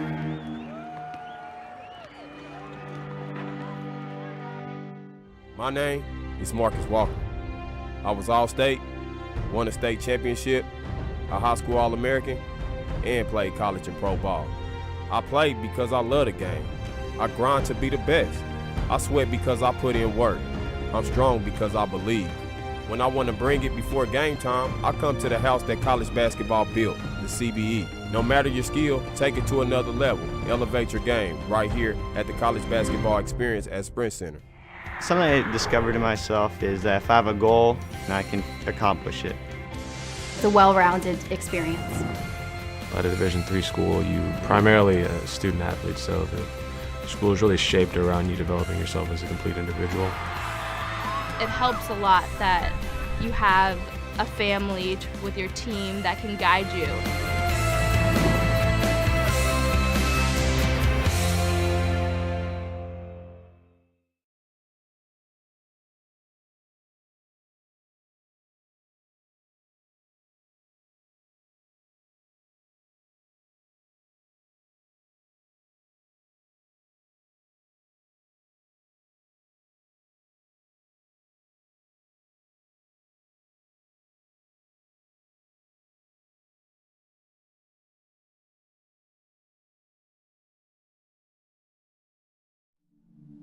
I used to never really talk. Ever. I was afraid if I said something wrong, everyone would laugh at me. But then I started to play golf with Special Olympics. It helped me to find my voice. And now everyone else is speechless. And welcome back to Hoopsville, everybody. If you hope you're enjoying the show, you can tweet us at D3Hoopsville or hashtag Hoopsville. Email us, hoopsville at d3hoops.com, or join us on Facebook at facebook.com/Hoopsville. Talking women's basketball, and one of the races I've been fascinated in has been the USA South. Greensboro is hosting the tournament. They finished tied in the conference with Ferrum, with Averett a game behind them on their side of things. In the meantime, Berea, in its first eligible season, finished 12-2 with Piedmont and Maryville of Tennessee 11-3 in conference. What's fascinating is Piedmont 21-5, Greensboro 20-6, Berea 22-3. We've always been used to the USA South being a more than interesting race. It's gotten deeper, it seems. Piedmont, in the meantime, will take on Greensboro on Saturday in the semifinals. They are 2-2 in their last 4. What's going on with the Lions? Joining us on the City of Salem Hoopsville Hotline, it is the head coach of the aforementioned Piedmont Lions, Coach Jamie Purdy. Thanks for joining me. How are you? I'm good. Thanks for having me. I appreciate you taking the time. This is one, Berea now in the mix. USA South continues to get larger and better. I mean, you got Maryville, you got Greensboro, you've got yourselves and Berea and all these teams. It's really turning into a bit of a battle now in the conference. Yeah, it's pretty tough. There's 19 teams, I believe, now. Luckily, we're split in divisions, and so we don't face each other until the conference tournament. But fortunately, we're able to play non-conference games against the other division just so we can see some of the top opponents before the tournament. Yeah, absolutely. How much, though, is this conference completely evolving and changing? Keep you on your toes and at the same time also maybe make it a little challenging when you're trying to schedule and do all these other things? Well, it's definitely challenging. I think really just having one, AQ for our conference is disappointing and discouraging for the women's side, especially just having so many teams and so many talented teams. So we really have to be, thoughtful in how we set up our out-of-conference schedule, thinking about strength of schedule and that sort of thing out of non-conference opponents. I'm talking to Jamie Purdy here from Piedmont. Team is again 21-5 on the season, 11-3 in conference. You've had a pretty good season. Played Washington and Lee early in the season at a Roanoke tournament.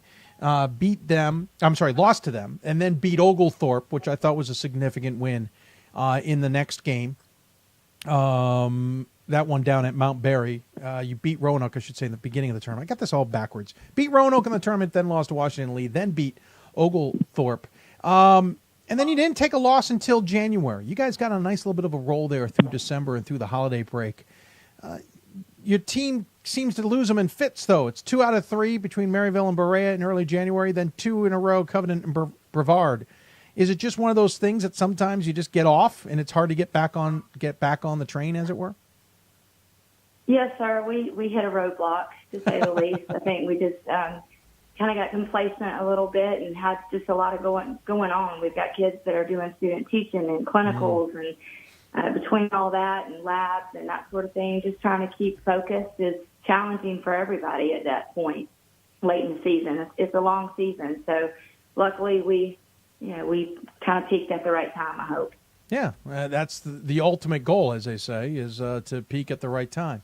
The conference tournament is obviously important. You beat Maryville and Wesleyan in the last 2 games, and now you got Greensboro ahead of you. You guys played once, and you beat them handily back at the beginning of December, or the end of December, one of those weird conference games on December 29th, really technically non-conference. You have confidence going in with that, or is it all new that you really can't, be that confident in what's going on because it's a different slate at this point in the season? Really, we're not focused on that game. The girls know that we've changed as a team since we saw them last, and we know that they've changed. Join us on the City of Salem Hoopsville Hotline, the head coach of Lehman. It is Steve Schulman. Coach, thanks for taking the time. We've definitely watched. Wonderful to be here. 22-4 in the season. You guys ran through the conference at 15-1, something like a 14-game winning streak as we head into the next round of the ECAC tournament. You got to be pretty pleased with how this season has evolved. You mentioned that the Greensboro game was a while ago. Can you still fall back on the Maryville and Berea games?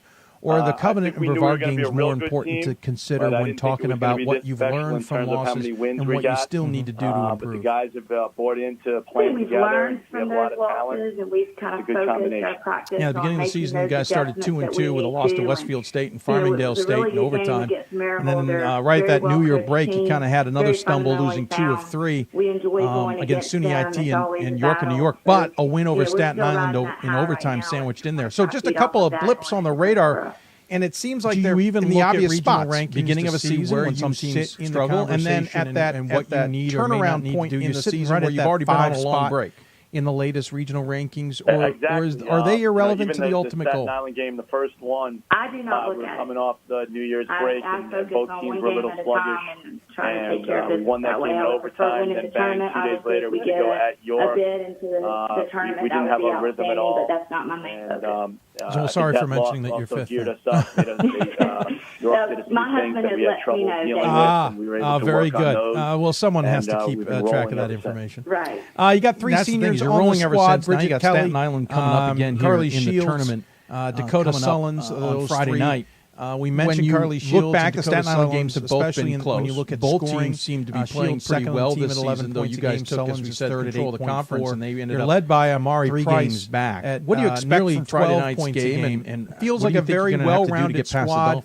You've got probably half a dozen or more who's going to average 6.5 more points a game for a team that doesn't score a lot, but certainly are stingy on defense. Is that a fair way of describing your squad? The last 5 minutes yes, of the game. Sir, we are a very in our first 2 showdowns, I don't think anyone really in the second half ever had a lead more than maybe 5 at any points moment the when they're entire called game. on. So I think Coach that's Tibbs, in his first year, that's has done tough an for people unbelievable to job. scout. They don't know who's going to be on. I think it's going to be a any great game. particular I think in night. terms of our I adjustments. think that's one of our strengths. I just think we've got to make sure we're locked. Look at what you have to do in conference, it's a grind. Again, you're playing technically conference games back on December 29th. You're playing games as late as December 17th and I think that are conference related. You don't get that many out of conference games. It's going to be a great one.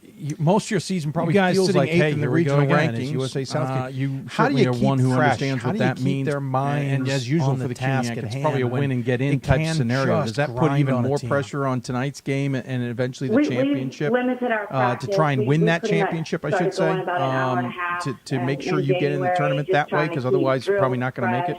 Trying to keep them rested. Yeah, I don't think it puts any more pressure on us because I think in the world of our conference, we've now gotten used to that. I don't think it's challenging. The season is really long. We never expected from day one that we would get an at-large bid. I was on the national committee for 4 years. I know how the math works. I'm not a big fan of all the math. I know there's really no other way to do it. But I don't think it adds any pressure. I've got 10 seniors on this team who wanted to get to this game. I think hitting that wall they're here and they're going to play well. And to clarify, you're playing in the championship game on Friday night against Staten Island. This championship game has seen a lot of variations. It's been a fun game to see on a Friday night in Division III. How do you expect the home crowd to treat you guys? Are you better with them out? Without him, or would you rather have him on your staff? Right. I love having him on staff. I know in terms of Lehman, it's been a while since we've been in the final. So our fan base is John's a good friend of the show. It's a little bit of a tongue and a little bit of a tease with him in case he's tuning in. Just ask Coach Barron. What's the difference in the program? You're a graduate. You graduated in 2000. This is a program back not that long ago, maybe in your memories. Struggled a little bit despite the success. What's the difference between then and now with the program and even the department on a whole? Staten Island will have their fan base. Oh, goodness. It should be rocking. Yeah, you mentioned on Coach Barron, and you guys did have that CUNYAC CSAC battle this season, and you guys knocked off Winter-Mercy, kind of maybe in some way put them in a little bit of a tailspin here to close the season. How big a game is that for you guys in the sense of outside conference late in the season? And I also have the sense, since you served on the committee, it also was a little bit of an effort to try and bolster numbers. I think just we do some of the same things that he used to run. We try. The tempo of the game. The bottom of our conference was a little down this year, and I think that's what hurt us with the numbers. This might be a little bit of a loaded question. I'm not really sure. You did play NAIA. Now you're coaching in Division III. And we defeated them. I don't want to say what's better because they each have their place for whatever departments or schools are in there. But what do you see as the differences? And do you play a game late? Do you wish you were coaching in NAIA, or did you wish you got the D3 experience as a student athlete? And I think it worked well. Or is there no difference, maybe? Hunter College, who finished fourth in our conference, defeated Newman. I think it helped us. Yeah, no, absolutely. I think it's a pretty smart idea, especially if you're playing the top seeds. You're getting probably some regional ranked data in there as well, which helps. By the way, your team loaded with seniors. Maybe that leads to the obvious question. I'm assuming the seniors is why we're sitting in this position here after a 14-game winning streak and on top of the conference and looking pretty strong of late. Yeah, I can see that being a little bit different. Yeah, you don't have like an X amount of time frame, and they're choosing it for their own reasons, not necessarily because you have money. But is there a difference in style? Is there a difference in the game itself, or are they similar? team first oriented who have kind of paid that price. I figured as much. I just don't get the chance to ask somebody who's experienced both that question all that often. Year for I me, think it's similar at all levels. more than any year in my dealing with different caliber athletes. I mean, we went and watched the team several years ago to watch the Division I game, counting down on knowing they still missed layups, they missed free throws, they threw the ball out of bounds. They're ready. The only It doesn't difference matter where if they we were play Win and Mercy 6'3", 6'4" point guards were minus 5'5". Right. The focus is I think that's the biggest difference. And no surprise. Yeah, they still throw the ball out of bounds. You're right. They still make mental lapses. All seniors. In the they're top still the 5, same 6. age Louis Hernandez student athletes. leading the way at 19.1 points a game. He has 3. Well, Jamie, I appreciate talking to you. One last question about the USA South. On top of that, along with 6 rebounds, Andrew Tate. Does this? Do things need to maybe be evaluated to find a better way for this to work out? A game, nearly 3 assists a game. Milo Mitchell, 14 points a game, 4 rebounds a game, 4 assists a game. John Marcial, 11.5 points a game, 5.5 rebounds, 2 assists a game. All of them seniors, and all of them with really rounded numbers, Coach. You're talking double figures. Point of view from up here in Baltimore. Talking significant amounts of rebounds, and all of them dish out the ball. I understand the premise. I understand why. We got more schools coming in. With this group is taking a lot of pride in. I don't know how much bigger you guys can get physically, but appreciate the time. Really do. As always, we give the coach the final word. Any final thoughts you want to share with those who may be tuning in? I think a lot of teams. No, sir. I just appreciate you having us on the Golden and State Warriors. allowing They've seen that success on TV. I appreciate it. Absolutely. Thank you for taking the time. I know you took some time from your team to do this, so I appreciate it. Enjoy the rest of the regular season here these few days. Good luck in the tournament. Hopefully, we're talking about the Lions on Monday as well. Thank you. Take care. Jamie Purdy joining us from Piedmont. Again, team is 21-5, 11-3 in USA South play. They take on Greensboro in the conference tournament coming up on Saturday, championship on Sunday. I honestly can't remember who's on the other side of that. The USA South is a conversation I think that needs to seriously be had. I like the USA South. I think there's a lot of pluses about the USA South, but it has gotten ginormous. She hinted at it. They only have one bid. I think a lot of people look at the MAC and the Commonwealth Freedom scenario and say, well, they get 2 bids. Why don't we get 2? Well, MAC is technically grandfathered into that, not to mention the fact they treat those as 2 different conferences now. It used to be a lot more crossover. Trust me, that's a whole nother conversation. USA South's not going to get that second bid. So now the question becomes, does another conference form out of this? I think we will be hearing in the future. I don't know how. I don't know where. I don't know how it will all come about. But I wouldn't be surprised if we get another Southern conference out of a USA split. We'll see. And of course, you've heard me on the Hoopsville Marathon. I'd love to see all the women-only schools in the USA South team up with some others like Hollins and the like and make an all-women's conference, not like the GSAC. I think something stronger than the GSAC and celebrate the all-women's side of things there. I think that would be beneficial for those schools, give them better access to get into the NCAA tournament, but also help the USA South to, shrink a little bit into a more manageable number. But I don't run the show at those places, and I don't determine those things. It's just my idea. I'm going to take another break. When we come back, Augustana men's basketball coach Greg Giovanni joins us to talk about the CCIW, the conference tournament coming through Rock Island yet again, injuries that have maybe tripped up the Vikings, and much more. You listen to Hoopsville, presented by D3Hoops.com from the WBCA and ABC studios. More Hoopsville after this. I did receive a non-athletic scholarship upon entering school. I got the presidential scholarship, which was huge for me. I think there's more opportunities for academic scholarships in Division III. I did receive academic scholarships. Just being involved on campus, being a leader, all those things combined kind of get me recognized. It's a great experience for me.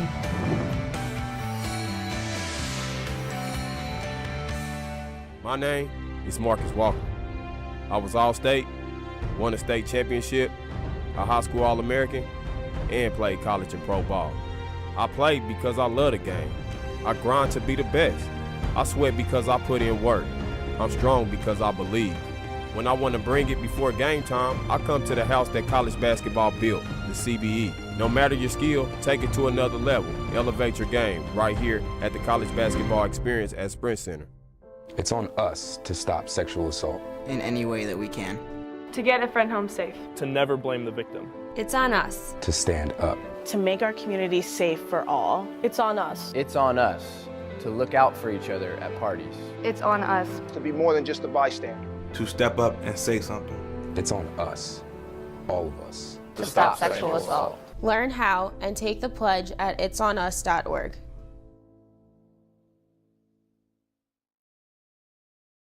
we've got more schools than Division I, more fans than Division II, and more upsets than March Madness. There's 800 programs with over 11,000 games leading to 2 national championships. And we've been covering it all for over a decade. From Eastern to Occidental, from Puget Sound to Piedmont, from Southwestern to the University of New England, and from Hope to Calvin. Nobody covers Division III basketball like we do. We're at d3hoops.com at www.d3hoops.com. I'm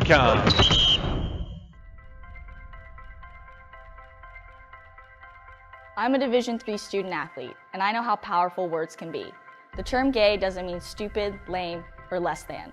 So I pledge to speak up if I hear the term gay used in a derogatory way or any other homophobic terms. If you can play in Division III. I'm a Division III student athlete, and my teammates unconditionally accepted me as part of their family. So now I pledge to do the same for others. If you can play in Division III. Welcome back to Hoopsville, everybody. As we roll along here on this Thursday edition of the show, if you got any questions for us, tweet us at D3Hoopsville or hashtag Hoopsville. Email us, hoopsville at d3hoops.com. Join us on Facebook at facebook.com/Hoopsville. Lots to discuss as we roll along, including, if no one's been paying attention, the absolutely insane CCIW race. When was the last time the CCIW race wasn't insane on the men's side of things? I swear it is set to never finish the way we think it's going to finish. They have this extra game on Tuesday before the conference tournament, which I kind of like, but it always throws a wrinkle. And if you weren't paying attention Tuesday, see Illinois Wesleyan and Augustana battling it out, not against each other, for a chance to host. If Augustana loses, it goes to Illinois Wesleyan. If Illinois Wesleyan loses, obviously they need Augustana to lose. Augustana needs Illinois Wesleyan to lose for it to go to Rock Island. Guess what happened? Illinois Wesleyan lost. Augustana won. Had to come from behind to do it. And they get to host in Rock Island. But it's also a little bit rocky in Rock Island, Illinois. Joining us on the City of Salem Hoopsville hotline, the head coach of Augustana. It's great, Giovanni. Coach, thanks for taking the time, sir.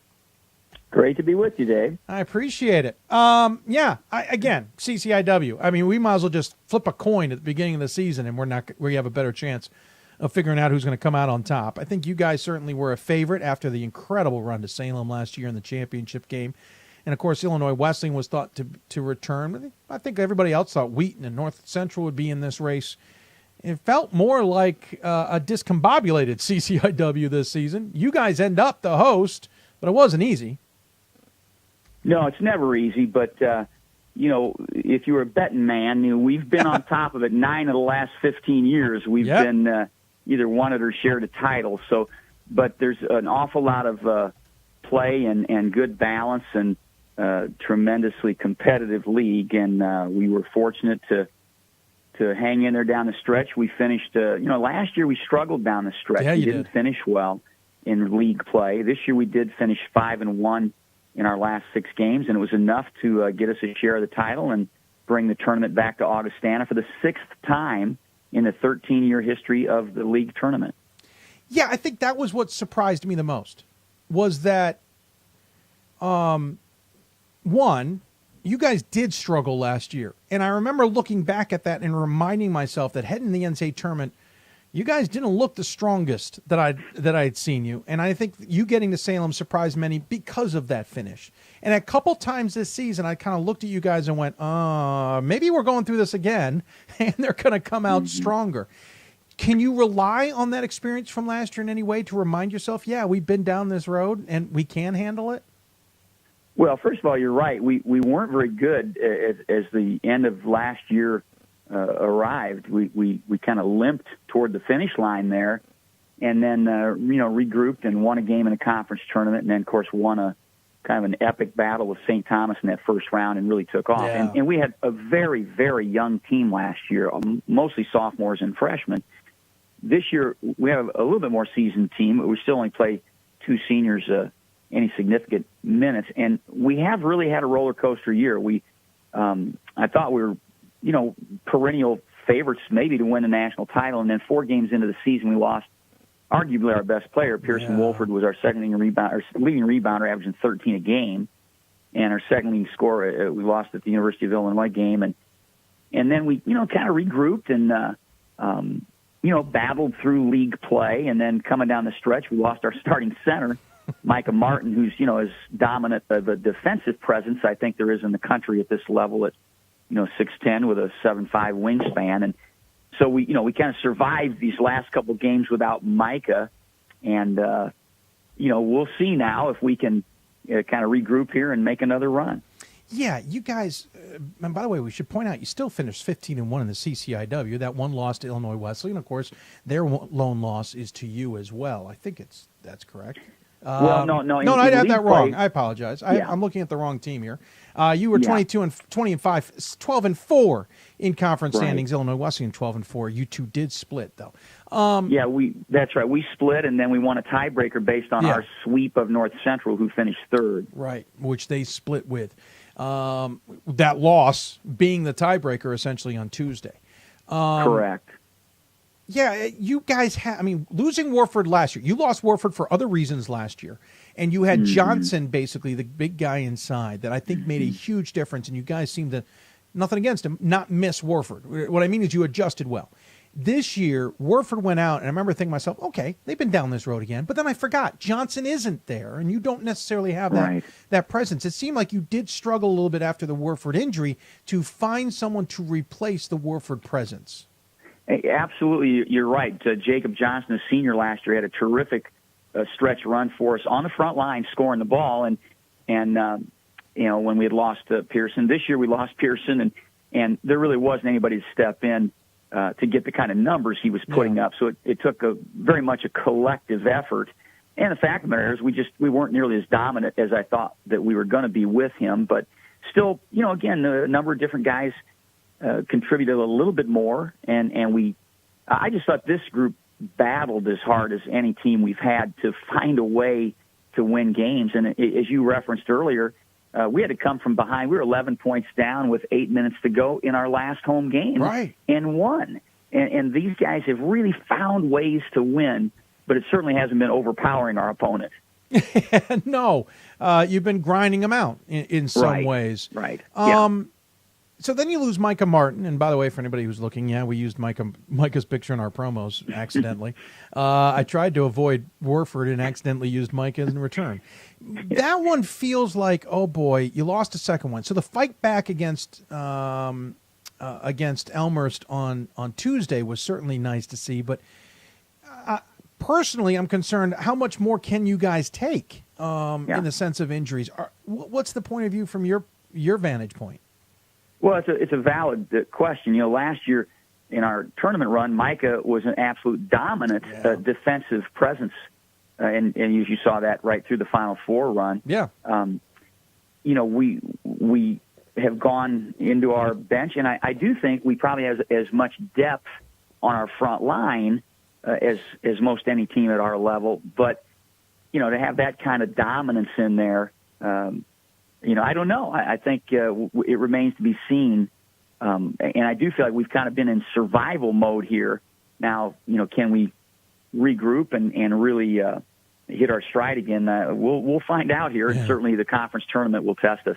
One of the other players that really jumped out during your postseason run last year and has been there, but I feel like hasn't gotten much attention for whatever reason, is Christian Orange. He had a couple huge shots in your NCAA tournament run last year. I can see one of them. I don't remember who it was against, but to win games for you. He's averaging a team-high 16 points a game, 4 rebounds a game. Has handed out third highest assists on the team and shooting 49% from the floor and 45% from deep. Is it just that everyone's been so focused on Warford and Martin and even guys like Nolan Ebel that Christian, as good as he is, just isn't getting the attention? Well, and he's our best perimeter defender as well. Right. And you're right, Dave. Last year, he hit 2 game winners in the first 2 rounds of the NCAA tournament against St. Thomas and then against Whitewater, and really, just as big a clutch plays as we've ever had anybody make. But he's had, I'd say, a very steady season. I mean, there have been some variables that have been inconsistent for us, particularly on the front line.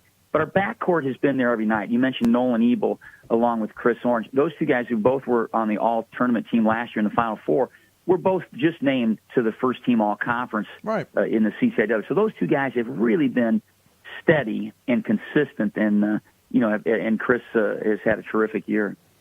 So the task at hand, you seem like you're pretty much assured to make the NCAA tournament no matter the results, as it were.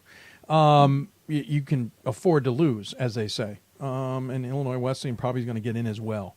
However, I know there's more to play than that. You have been around this this trip a few times. You understand what's at stake as well. You're sitting number 3 in the regional rankings. I know you'd love to have games at Rock Island. Do you feel like you need to go out there and win the CCIW to assure a chance at that? And if you lose, you don't get it at all? Well, I was on the regional ranking committee the last couple of years, so I had a much better sense of kind of how those numbers were shaking out. I do appreciate that they're publishing them this year. I think the more transparency, the better. I think from what it looks like, we're a very solid third in the region. Yeah. And I don't know if that's going to change, win or lose. And I do think that there's a very strong possibility that we'll get to play games in Rock Island. Obviously, if we could win 2 more games, it would enhance our chances to do so. And we really, like most coaches, we just talk about our next game and our next opponent, and all those other variables will take care of themselves. But you're right, we'd certainly love to be playing that first weekend here at Augustana. The Rock Island's hard to play at. We all know that. And one of the other things I kind of got startled by is I feel like every time we've seen you in Salem, it's the years we don't expect you. And the years we expect you to get there, unfortunately, you're not able to. I would say this is an unexpected year, the way you guys have been beat up. But I want to go back to that Illinois game. Great opportunity to play them. You guys decide to count it as a scrimmage game, if memory serves, so it doesn't count against your record, which is great. But when Warford gets injured, is that one of those that, in hindsight, you think to yourself, maybe that isn't worth having on the schedule? Or does that get chalked up to that could have happened on any basketball night in the season? Yeah, I think the upside of those games outweigh the negatives. If it was football and it's just a physical mismatch, it makes no sense at all. But he just came down awkwardly, and as you said, could have done that in any game or any practice. If you walk into my office, there's giant pictures of us playing the University of Iowa and our win over Bradley and playing Illinois and playing Gonzaga. All those games that my relationships have led to. Those games, I think, really benefit us in terms of separating us from other Division III programs. To be able to play those games, kids love that, and the experience of playing in a Big Ten arena, I think, really outweighs any downside to it. And it's unfortunate that injury was sustained in that game. Yeah. But as you said, I don't have any regrets in terms of giving the kids the opportunity to be in that kind of environment. And, it's interesting, Dave, even Pearson Wolford, since then, has said to me, and he's from Springfield, Illinois, which is right next to Champaign. He said, Coach, it was a thrill of a lifetime for me to get to play in the State Farm Center against the Big Ten opponents. So, that said, we'll always take on those opportunities. Well, that's why I asked. I do know. I remember. Yeah. And of course, you've also apparently beaten Michigan. If you remember, a lot of D3 fans thought you guys beat Michigan. Of course, it wasn't you. It was the Dakota version of Augustana, who has the exact same colors. That was University of Iowa, actually. Yeah. It was Iowa, right? It was Iowa. And I think I might have told you, Dave, the head coach at Augustana, South Dakota, is a good friend of mine, and I told him 2 weeks after they had won, I said, I want you to know I'm graciously accepting all the congratulatory messages I'm getting for our great win over the University of Iowa. But, you're right. It was South Dakota. Yeah, I love how that's you guys and them, both same name, both same colors, both same mascot. Though thankfully you all have slightly changed your logos, because at a time the logos were too similar as well. I at least appreciate that. Gray, the CCIW continues to be a beast, as it were. Carroll's now joined it, certainly made it more fascinating. Well, now we're getting some coaching turnover, I'm noticing. Elmhurst with a new head coach, Milliken, and some others. How competitive is the bottom of the CCIW expected to get? Does that make any sense? Like, with this turnover, is this conference just going to start getting nastier and nastier in the future, or is that just too hard to call? No, I think it's a great observation. I don't think there's the separation that there once was. I feel like several years ago I could look at the bottom and just feel like, man, we're just got to show up and we're going to get those W's. Yeah. As you said, Milliken's got a new coach who's done a great job. Used to be at Elmhurst.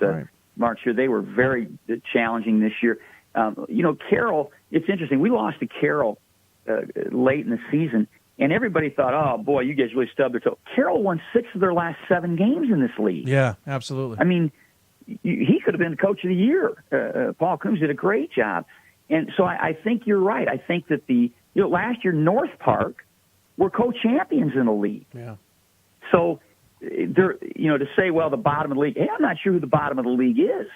And we played Elmhurst the other night, who didn't make the conference tournament, and my goodness, they gave us fits. So I do think there's great parity and the second, the bottom half, so to speak, of the league. And let me say this, Dave, one of the things that you're going to see next year is a change in our conference tournament format.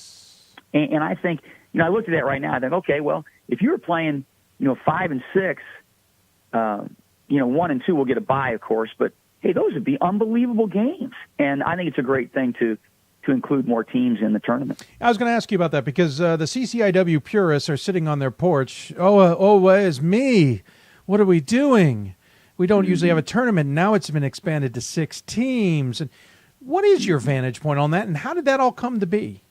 Yeah, well, 13 years ago we brought it in. When I came in the league 19 years ago, I can't believe it was 13 really years. Wow, Gray. Yeah. And when I came in, I was a tremendous advocate for a conference tournament. And as I explained to coaches over and over, I said, I've coached in 6 different major college conferences, and every one of them had a conference tournament. And whether I was with a good team, a marginal team, or a bad team, we were excited about the conference tournament. Down the stretch, you're playing meaningful games if you have a conference tournament. And if you don't have a conference tournament and you're playing down the stretch, you're playing for nothing. And so it really made the late season games more competitive. And I said, the biggest issue is, what is the best interest of the student athletes? Well, the student athletes love the conference tournament, and that's an experience that they get to have. It's like an addition to the postseason. You have the NCAA tournament. Well, you also have the conference tournament is the beginning of the postseason. So I was really an advocate for it. They had always given the regular season champ the automatic bid. Well, sure enough, once the conference tournament came in, I think we won 3 in a row, and I was kicking myself. I thought, we didn't get the automatic bid because we have a conference tournament now. But I think it's been a great thing for the fans and certainly for the players. What do you say to those who say, "Oh, this means the regular season isn't is important, and we're watering down the regular season"? Blah blah blah. Well, I think that's just it's misguided. I think we won a share of the conference championship, and our guys hoisted the trophy. We took pictures and celebrated, and it was a great accomplishment. And we know that the hardest thing to do in college basketball is to win a 2-month-long round-robin double, double where you play everybody twice. That's the hardest thing to do. But the excitement of a weekend with an NCAA bid in the balance, is just as good for the fans and the players, I think, as there can be. It heightens that excitement. It's a mini March Madness. And again, I come back to, I think if you ask any player, they would say they really think it's a great thing. I appreciate the insight on that. Before I let you go, I did get a question via email from Bobby, who's a class of 75 at Augustana. He says, what's happened to the home court advantages? Carver Crazies, I rarely hear anything on the video broadcast. What happened to the pep band and the Augustana fight song? Do you think the students have taken the team for granted? What can the Augie fan do to help the team? Well, we had far and away the greatest attendance of any team in the conference this year. We don't have our students, of course, right now on the break. Yeah, you guys have a different schedule than everybody else. We right? do. We're on trimesters. That'll change in 2 years. But so we do lose our students for some of these home games. But I would say our home court's been just tremendous and as good an atmosphere, I think, as there is still in Division III basketball. We played Illinois Wesleyan on a Wednesday night. It was standing room only. And it's interesting. I will say this from that perspective. When you watch the video feed on our games, it's really from the wrong side of the floor. It's from behind our benches. Yeah. And the picture shows an upside-down logo, and if our students aren't there, it's an empty section. Yeah. Well, what you don't see from that camera is the other side is always completely packed, in part because it's chairback theater seating. No, that's nice. And that's where our community fans want to sit. Yeah. But I think you'll see Augustana. I'm certain we were in the top 10 in the nation last year in attendance. I think we'll be much higher than that this year, particularly if we continue to play some home games. Yeah, and sometimes the video, depending on the microphones, if they don't have a crowd mic, sometimes you can't really hear everything. But the person asked. I figured I'd ask as well. I'd love to get back out there sometime. I don't know if you want me there. It hasn't gone well when I've shown up. But we'll see. Maybe someday I'll make the trek. Well, we'd love to have you back. I could talk to you forever. You had game against Stevens Point before. We saw them in Vegas. That I'm sure you'd have some great insight on, and obviously the rest of this conference. But you've got Wheaton ahead of you, and on the other side of it, it's Illinois Wesleyan and North Central in a rematch. That's right. Of Tuesday's game. What do you got to do to get past what I would call an enigma in Wheaton? Because man, I cannot put my finger on what they really are this season. And in that case, and then if you can get past them, what are you going to need to do to get past and win the championship on Saturday? Well, Wheaton came into our place early in the year and beat us. Yeah. And then we beat them up there. That's why they're an enigma. Yeah, and we beat them up there almost at the buzzer. Well, they have the player of the year in the conference. Certainly Aston Francis is the most dynamic player in our league, if not in the nation. We've actually held him to 38 points a game, so we've really done a terrific job. The second time we played him, we held him to 37. I was excited. And he just is, and they have another all-conference player as well. So they've got a couple of really terrific players. They spread you out. They've got a great perimeter game. They're very good in transition, and they can really score. So they present some real challenges. And on the other side, you mentioned that Tuesday game being a bit of a ringer, and I can't imagine that North Central and Illinois Wesleyan are excited about playing 72 hours after a game of that magnitude. Well, it's North Central's fault. Well, I don't know. I think that I'm sure it'll be a terrific matchup, and I hope we get to play one of them on that second night. Well, you got to win to get in. I know Salem means a special something to you guys. Ken Anderson, when he was on the marathon show, made sure to tell you that he's expecting to make a trip there the third weekend of March. So no pressure, but your famous alum wants to be in Salem. What are your thoughts as we gear up and get ready for our final trip to Salem? Well, what a great venue that's been. I mean, I think when people ask me about what makes that such a good experience, well, it's the people out there. The folks in Salem really embrace that event, and the volunteers and the staff, just terrific. The facility itself certainly has a lot of character and history there. You see all those banners from all the teams that have won national championships. So it's been a great venue and a great host for Division III. I do think it's terrific that they opened it up to a bid process again, and I'm sure the folks in Fort Wayne will do a great job. But obviously the tradition and history there in Salem is outstanding, and we'd sure love to be a part of it one more time. Well, I would love to see you there if you get there. Maybe I'll run into you sooner. You never know. I always love chatting with you. I'm sorry it took us so long to get you on the show this season. As always, we give the coach the final word. Any final thoughts you want to share with those who may be tuning in? Well, I was thinking about that, Dave. I mentioned 19 years I've been at Augustana, and I think one of the things that I really sense is the growth and awareness of Division III. Now, I know I'm biased because I'm a part of it now, but I think that there's been such an awareness, and whether it's the social media or just the efforts of D3 Hoops has been so good for the product and really promoting the Division III product. And I just can't thank you guys enough for making what we do something that folks can appreciate. Well, thanks for the kind words. I enjoy it. As always, good luck this weekend. I know we'll be talking about Augustana on Monday. I just kind of gut feeling on that, but we don't know what, so I'll look forward to that when it arrives. As always, take care of yourself, and we'll talk to you soon. Thanks, Dave. Absolutely. Great Giovanni joining us on the City of Salem Hoopsville Hotline. Augustana playing Wheaton in the semis coming up here on Friday, and then the championship all in Rock Island. at the Carver Center.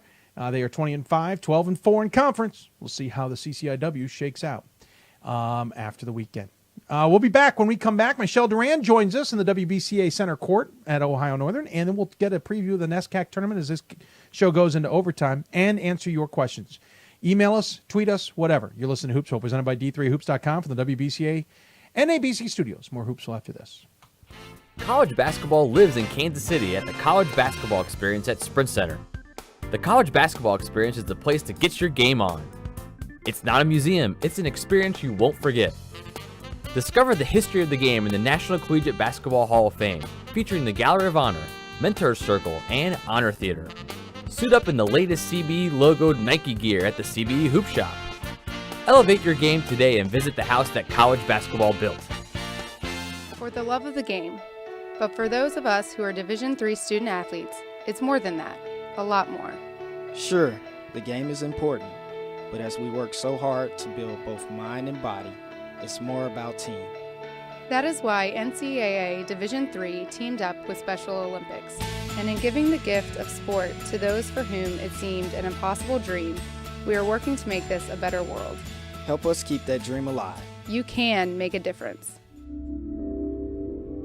This is why we love sports. It's in the way they play, free from the pressures and all the money talk. Playing for simply the love of the game, where everyone has a shot at their definition of success on and off the field. This is what we love about sports, and what we can still love about college sports.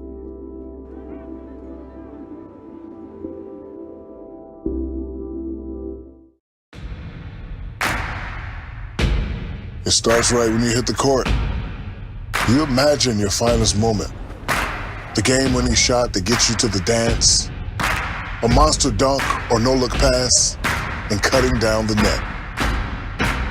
Sports lets us dream of our own success and prepare us for our finest moments on and off the court.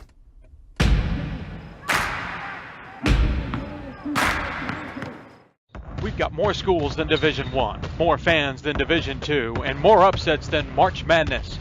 There's 800 programs with over 11,000 games leading to 2 national championships. And we've been covering it all for over a decade. From Eastern to Occidental, from Puget Sound to Piedmont, from Southwestern to the University of New England, and from Hope to Calvin. Nobody covers Division III basketball like we do. We're at D3Hoops.com at www.d3hoops.com. Welcome back to Hoopsville, everybody, on this Thursday, the February 22nd, 2018.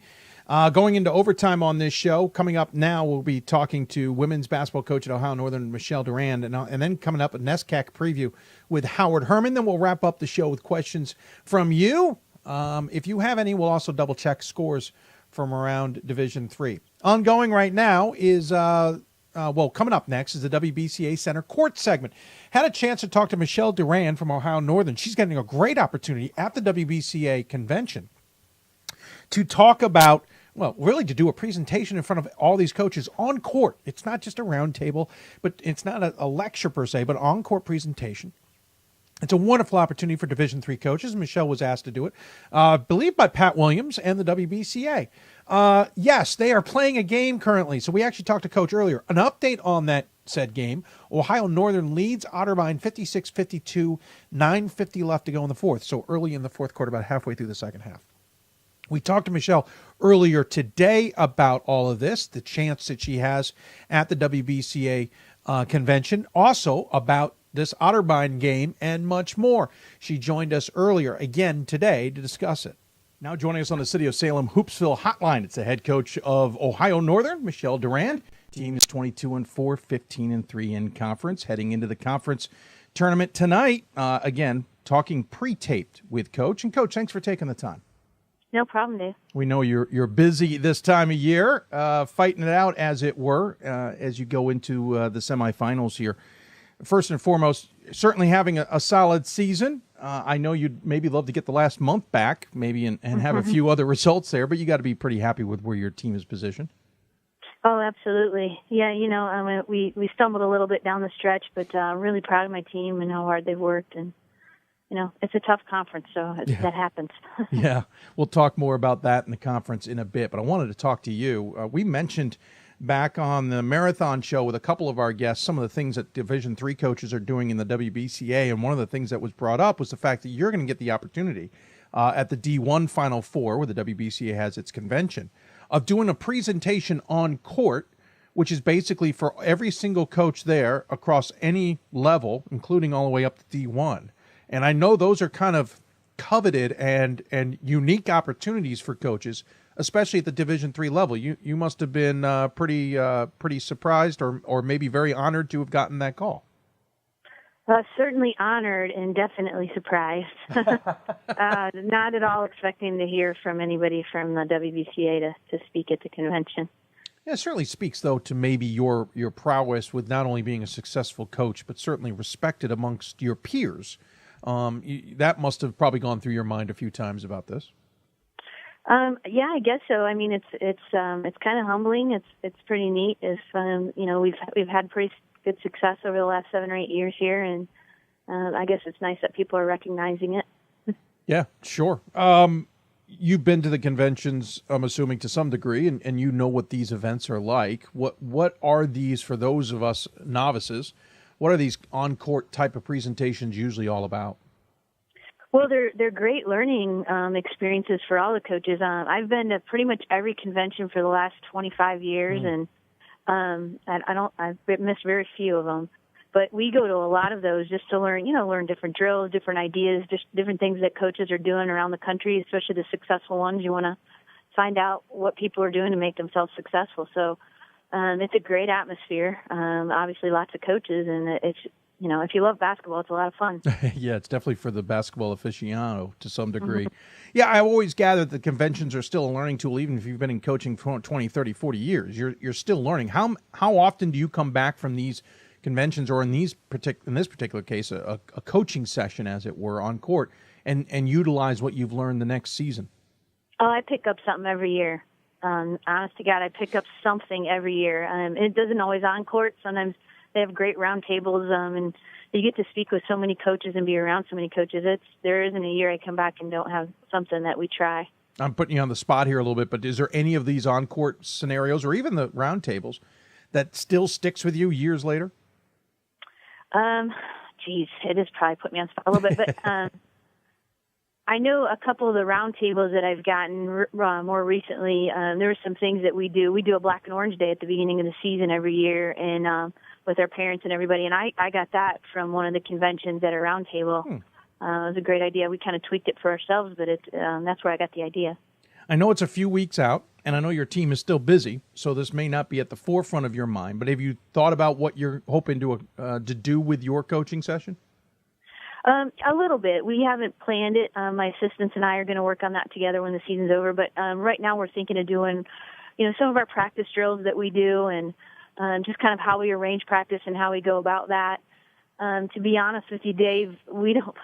I was pretty shocked because we don't do a lot of, intricate things. It's all pretty basic stuff. Hopefully somebody can take something home from it. But most of the stuff we do, we've stolen from others. So. Yeah, I was wondering how much of this is kind of repetitive, not in a bad way, but because everybody is sharing everything. At the same time, the advantage of being in Division III is even if you got all the way to the championship, you've got a couple of weeks to prepare for the convention, whereas anybody else in D1 may not have that opportunity. For sure. Yeah, they don't have any time. We would still, have a little bit of time, yeah. So I'm thankful for that.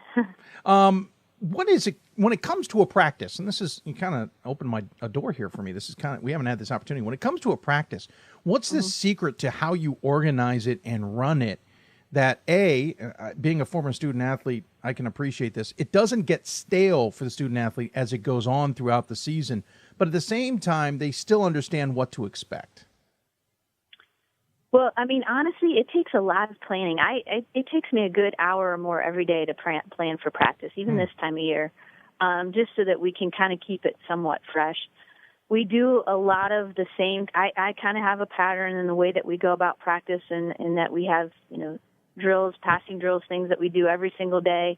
But I try to vary up the drills and try to bring a couple new ones in, maybe a couple different challenges throughout the practice that help us maybe keep it more fresh.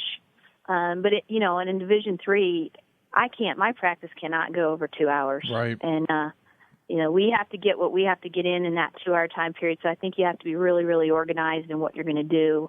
My assistants and I talk every day before practice, so everybody knows what their job is going into practice. And even right now, like our practices don't go over an hour and a half right now because it's just so late in the season. So, sure. So it's a lot of planning, and it takes me a long time to do it. I'm probably a little more of a freak about it than I need to be, but I think it's important. I've noticed all good coaches are a little bit more of a freak than they need to be, probably. That might be the secret sauce.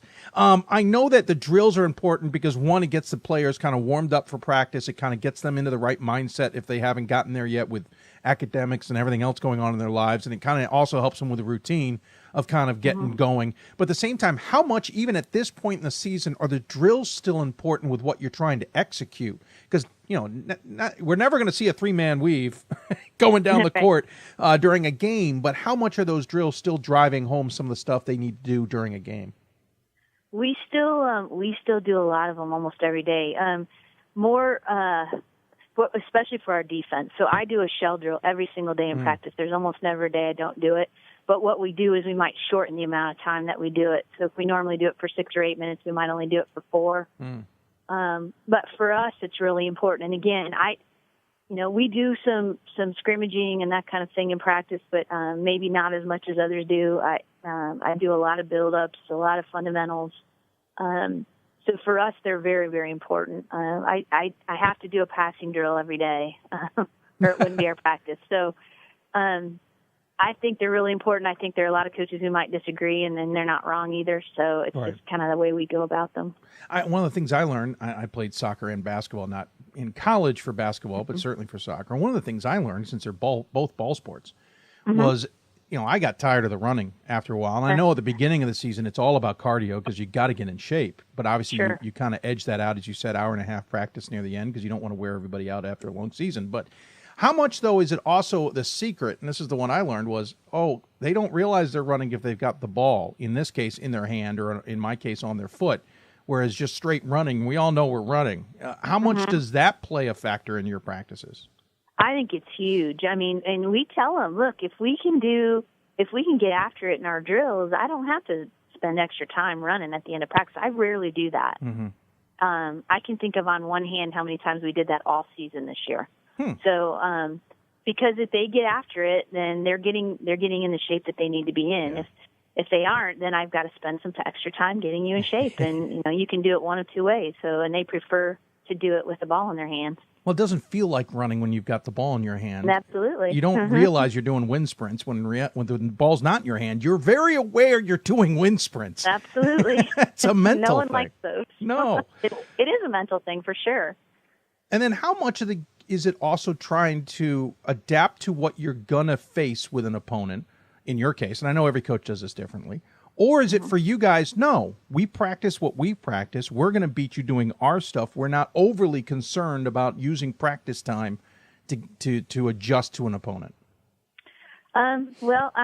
We practice what we practice, but I do spend quite a bit of time on the opponent. More how we're going to defend them. We don't necessarily change what we're going to do offensively against them, but how we defend them is really important. So we do spend a good amount of time doing that. We do it some with film, and then we do it in practice. I think it's important. I don't want to go in and be surprised at all, and the kids have gotten used to that. I think, again, they've taken on my personality a little bit. They don't want to be surprised. So we spend a good amount of time doing that. I don't think right now we're good enough that we can't spend enough time doing that we could go out and just step on the floor and beat people. So for us, it's a good amount. Like we probably spent a good 35, 40 minutes last night on Otterbein. So, and we played them twice already. So Right. Well, you're kind of familiar with them. Yeah. How much of the time of the scout is done on the floor? How much of that time is done on video showing them? So yesterday it was about 20 minutes on video, and like I said, probably 35 minutes on the floor. It's amazing how much video has changed. I am assuming when you started coaching, video wasn't as prevalent. It was all about a scout team. It was all about making sure people understood what was happening from reserve players. Right, for sure. Now that, there's so much in video, I mean, we can clip things. They don't have to see the whole film, and you can kind of show them what you want to show them and be done with it. So it's it's really been great and helpful. Does that change recruiting in the sense of having a big enough squad to have practice players back in the day versus nowadays you don't necessarily need that?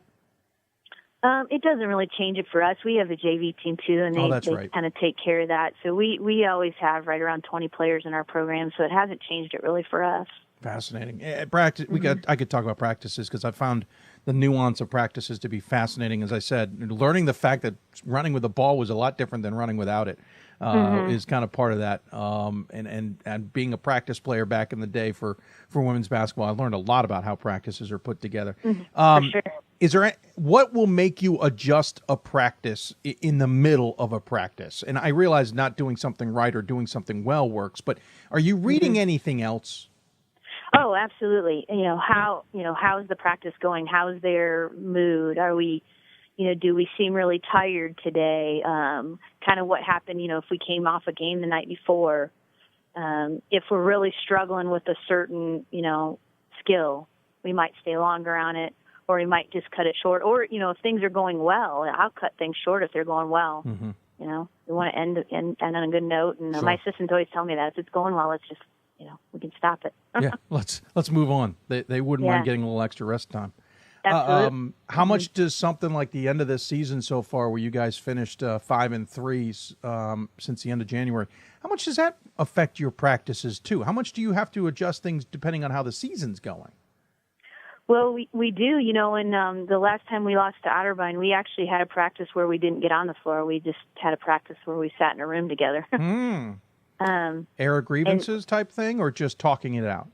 Just talking it out. We didn't really have grievances. I think it was a little more of a people feeling some pressure. And we just needed to talk, and that ended up being way more valuable than what we would have ever done on the floor. Fascinating. So, Talking to Michelle Durand, head coach of Ohio Northern. Yes, if you're confused on this live show, we are not talking to her live while they're playing Otterbein in the conference tournament. This is pre-taped, and we appreciate her taking the time. Let's talk about the season here quickly before we let you go. Again, a 5-3 finish. Capital tripped you up. Dixie Jeffers seems to have her ways back in end of January. And then John Carroll and Otterbein got you on back-to-back games on December 10th and 14th. And then Marietta nearly tripped you up, though, the thrilling double overtime win to end a regular season, and then got past Wilmington in the first round of the conference tournament. In your words, an expected finish, considering how tough the OAC has become, or disappointing finish in the way you guys have been playing prior? It's always disappointing when you lose some games, but Sure. People think we were overconfident and all that, and we definitely weren't. We went into every one of those games expecting to have a good game, and I think we've had some really good success lately, so people point at us, and you have to play a lot with the X on your back, and we were feeling some pressure, and those teams were playing well. I mean, John Carroll ended up finishing 7th, but people don't realize how good they were down the stretch. They really improved a lot and got some of their kids back, and they were pretty good. And you mentioned Capital, and they're really well coached, and they were a young team, and so they came on at the end as well. And Otterbein's really good. I mean, much better than people expected. They had won, I think, 8 or 9 in a row coming into our place. So, it's disappointing to lose, but like I told you, we had our little come to Jesus. That's what I call it. And then on Saturday that was a huge win against Marietta, who's a great team, and I expect to be in the championship on Saturday for them. So they've got a lot of really good athletes and are really good. So, it ended on a good note on Saturday, and hopefully we can keep it going tonight. We'll see. Your first loss of the season was the first game against your who you previously coached back in the day. Bluffton caught you by 1. It seems like a tough way to start the season, but you rolled off a bunch of games after that.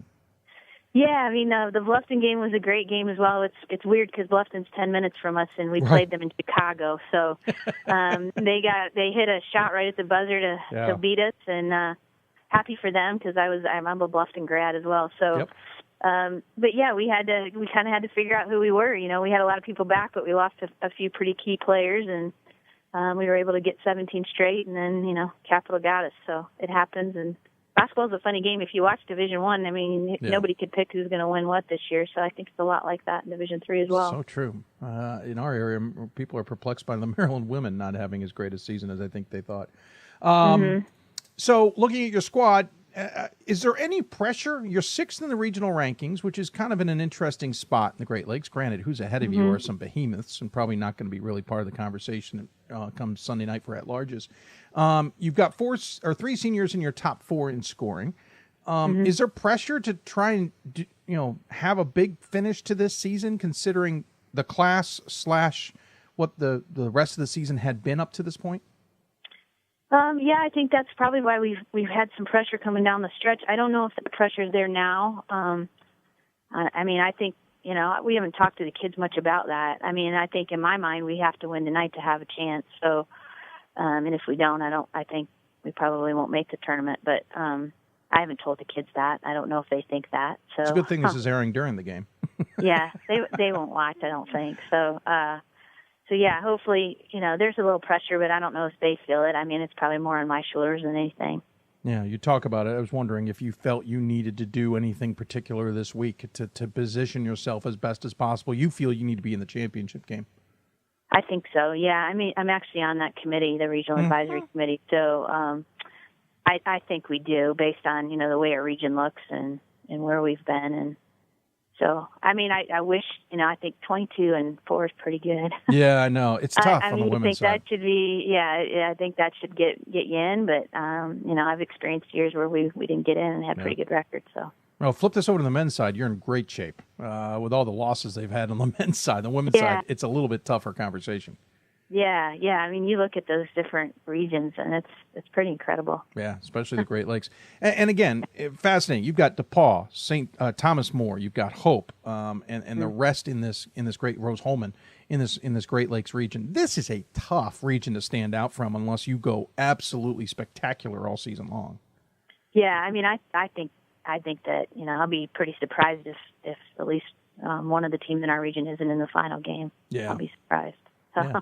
You're on the rack. You certainly know those numbers best. How hard is that to also do as a job while also trying to coach?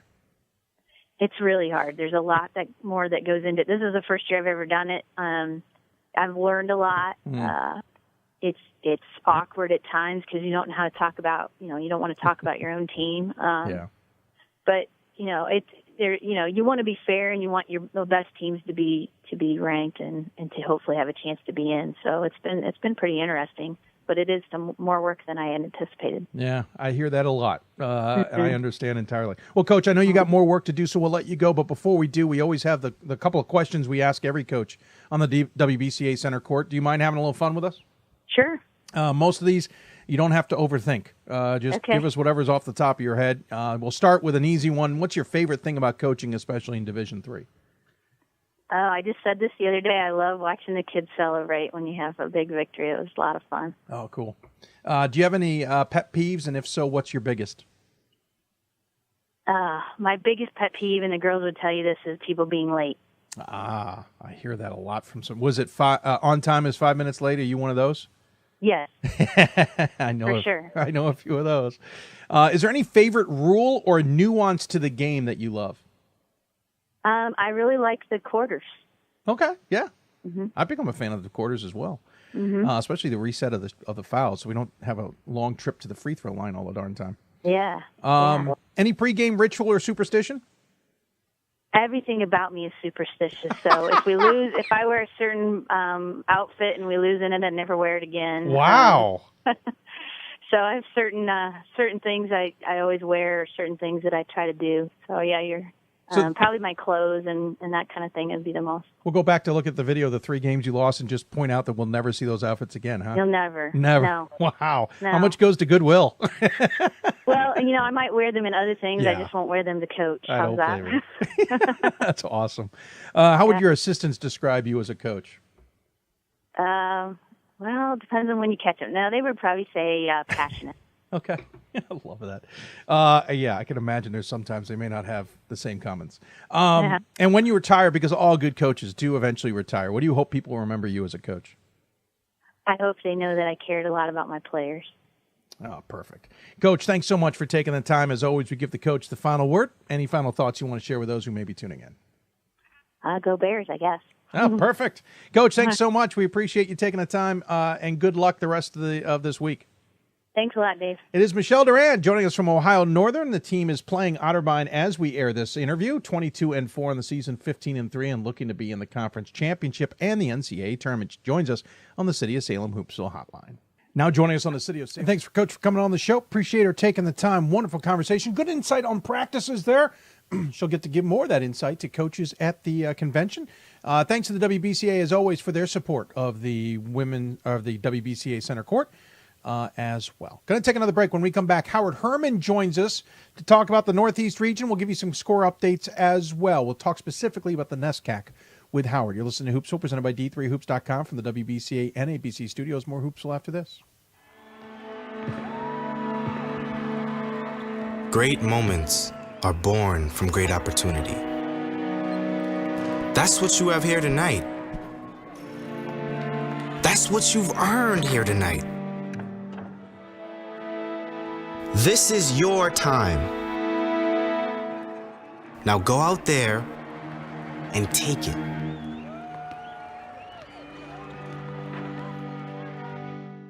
My name is Marcus Walker. I was All-State, won a state championship, a high school All-American, and played college and pro ball. I played because I love the game. I grind to be the best. I sweat because I put in work. I'm strong because I believe. When I want to bring it before game time, I come to the house that college basketball built, the CBE. No matter your skill, take it to another level. Elevate your game right here at the College Basketball Experience at Sprint Center. Something I discovered in myself is that if I have a goal, I can accomplish it. It's a well-rounded experience. At a Division III school, you primarily a student athlete, so the school is really shaped around you developing yourself as a complete individual. It helps a lot that you have a family with your team that can guide you.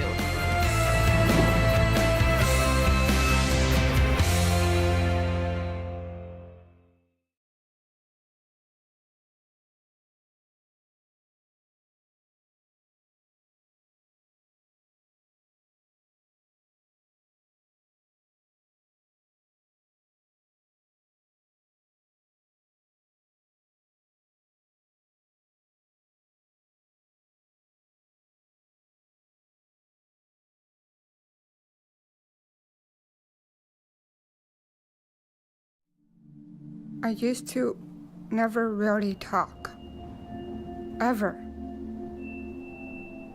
I was afraid if I said something wrong, everyone would laugh at me. But then I started to play golf with Special Olympics. It helped me to find my voice. And now everyone else is speechless.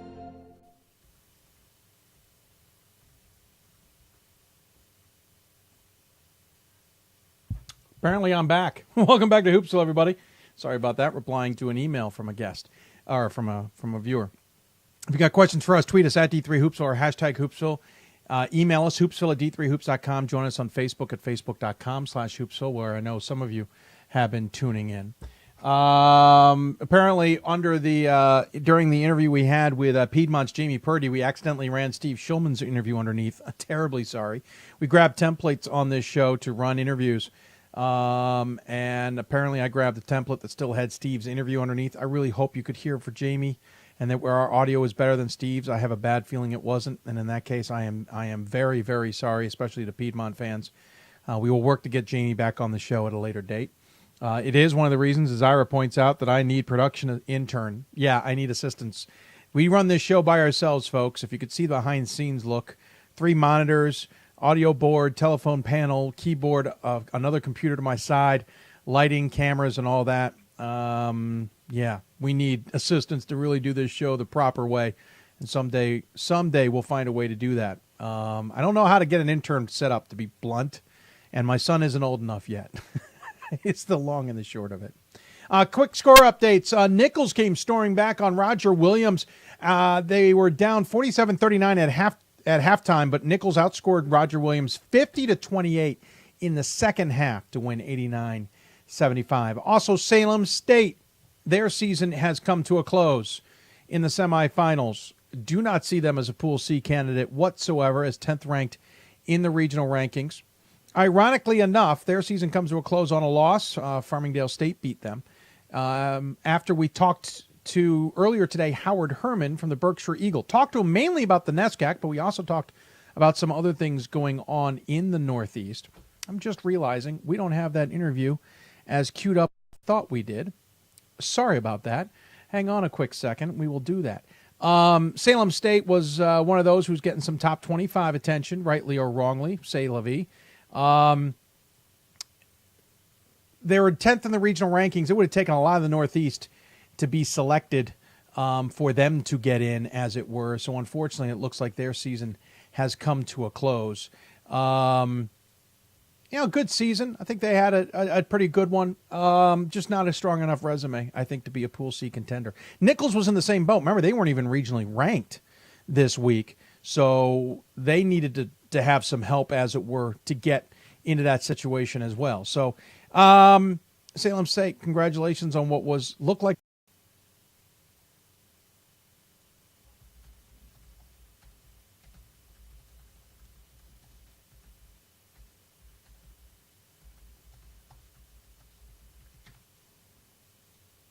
I believe we may be back on the air. Apologize for that, folks, as I believe we're back on the air. Apologize if you're listening to the podcast. There was a bit of a break there, and now we're back on the air.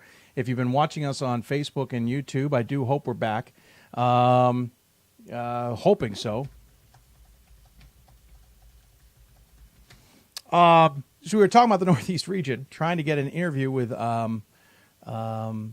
Howard Herman set up. Bear with us as I'm going to try again to do said segment, and hopefully it works. It froze as we were trying to set it up, but of course didn't like us very much. So the Northeast region, again, Salem State losing, not all that confident that they're going to get in now, unfortunately, just the way it kind of worked out this season with them. Pretty good season, to say the least, just not in the cards, to be blunt. Not enough done there to be of a threat for an at-large bid. They needed to get in, earning it by winning the AQ, and were unable to do so, unfortunately. So, here it is. We're looking for the segment we did with Howard Herman as we lost some of our setup there.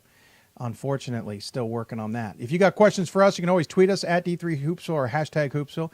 Email us, hoopsville@d3hoops.com. Join us on Facebook at facebook.com/Hoopsville as well. Hopefully going to get this, if the system doesn't crash with us trying to do this here momentarily. Knock on wood. This is where it crashed last time, and we hope we get it back up. Thank you, Jay, for telling me you can see me. I appreciate it. In your conversation with the coaches, ADs, and SIDs over the years, what are the main reasons that teams either choose to play in or not play in the ECACs if they don't make the NCAA tournament? That conversation has changed quite a bit, to be honest with you, over the years. Nowadays, it's been a financial one, and that's usually the biggest reason it's a financial one. It used to be certainly a big one about the carrot, as it were, and I'm hoping as I click on this that nothing goes sideways here. Bear with us, folks. Yep, looks like it held on to it that time, so we'll get Howard's interview here a second. So I'll answer this ECAC question, then we'll get to Howard Herman here, or Howard Herman from the Berkshire Eagle. For the most part, the conversation has been about the fact that for many schools, it was a carrot. Hey, let's get better. Let's show we can do better. Let's show we're a good program, and give our players an opportunity to get some postseason experience. I think after a while that no longer is a carrot. I think after a while, I don't think it works anymore to get onto the NCAA. The later conversations nowadays have become financial. The ECAC, in my opinion, doesn't work financially. The dues for the conference are much higher than they are for the NCAA. Even after the NCAA upped their dues, it's still significant to be in the ECAC. On top of that, you're paying for everything. So you pay an NCAA due. At the old days, it was $900. Now it's been raised to about, I think it's $1,900 or something. The NCAA still pays for postseason transportation, still pays for postseason hotels, still pays for a lot of things if you're the host as well. If you're the ECAC, you pay dues, which are about $2,500 a year in the old days, and you still have to pay for your transportation to an event. You still have to pay if you're hosting an event. You still have to pay for your own way for lodging and all of these other things. Where does your money really go in the ECAC? Furthermore, the ECAC's changed its model now that schools can not have to opt in for the entire year. They can opt in via sport, but still, you pay a fee to be in it, and then you're paying money to be involved. And in my opinion, especially in tight financial times, it flies in the face of everything that makes sense about the ECAC, and I don't think it makes any more sense. I think the ECAC, you can see all the ice hockey programs left the ECAC because I think the ECAC also forgot about Division III, kind of rode its coattails for a while, focused on D1, and I think D3 got fed up. And I don't blame them to some degree. ECAC has worked. It's been the right thing for a lot of schools for a long time. I think they lost their way. I think they lost their focus under other previous administrations, not current administrations. I think the current administration is doing what they can. But they also went and screwed up football, in my opinion. Football didn't need to be touched. The bowl series system was working. They went and screwed with that. We can certainly talk more about that. But I want to get to my segment with Howard Herman now that I believe it's queued up and ready to go. Howard joined me earlier today to talk about the NESCAC primarily, but we also talked a little bit about the NCAA tournament. Or I should say the East region, not just the NESCAC tournament. And we always love talking to Howard, and here's that segment with him. Now joining us on the City of Salem Hoopsville hotline, it is Howard Herman, who's a sports writer columnist for the Berkshire Eagle, who's been covering the NESCAC for the last 2 decades. He's been a friend on the show at least once a year, and thank you, sir, for taking the time tonight. Dave, it's always a pleasure to be with you. Well, thank you. All right, so we don't normally go this isolated with a regional guest, but the NESCAC is always a topic of conversation for starters. And second of all, it has been wacky on both sides for different reasons as we enter the semifinal weekend here. Both semifinals to take place at Amherst. Amherst will be just a bit busy. On a side note, ice hockey going on at home too. So if you're an Amherst fan, you gotta divvy up your games here. Howard, first and foremost, let's start on the men's side. Absolute insanity at the end of the season with Amherst making a run to make a 5-way tie at the top. We had tiebreakers galore figuring things all out. So, of course, I think we all expected the first night of the tournament, the quarterfinals last weekend, there would be some upsets. And, oh, no. It was chalk. All 4 top seeds won. Not what everybody expected. Not at all. I was shocked that chalk held that weekend. But when I was talking to Williams coach Kevin App, he said the one thing about chalk holding is that all 4 of those teams got to play at home. And when you play at home after having a week off and preparing for one team, it's a lot different than getting ready for your Friday night, Saturday afternoon. But I would have expected one team to get upset, and even the close games. I think the one that came the closest getting upset, ironically enough, was the 1-8 game.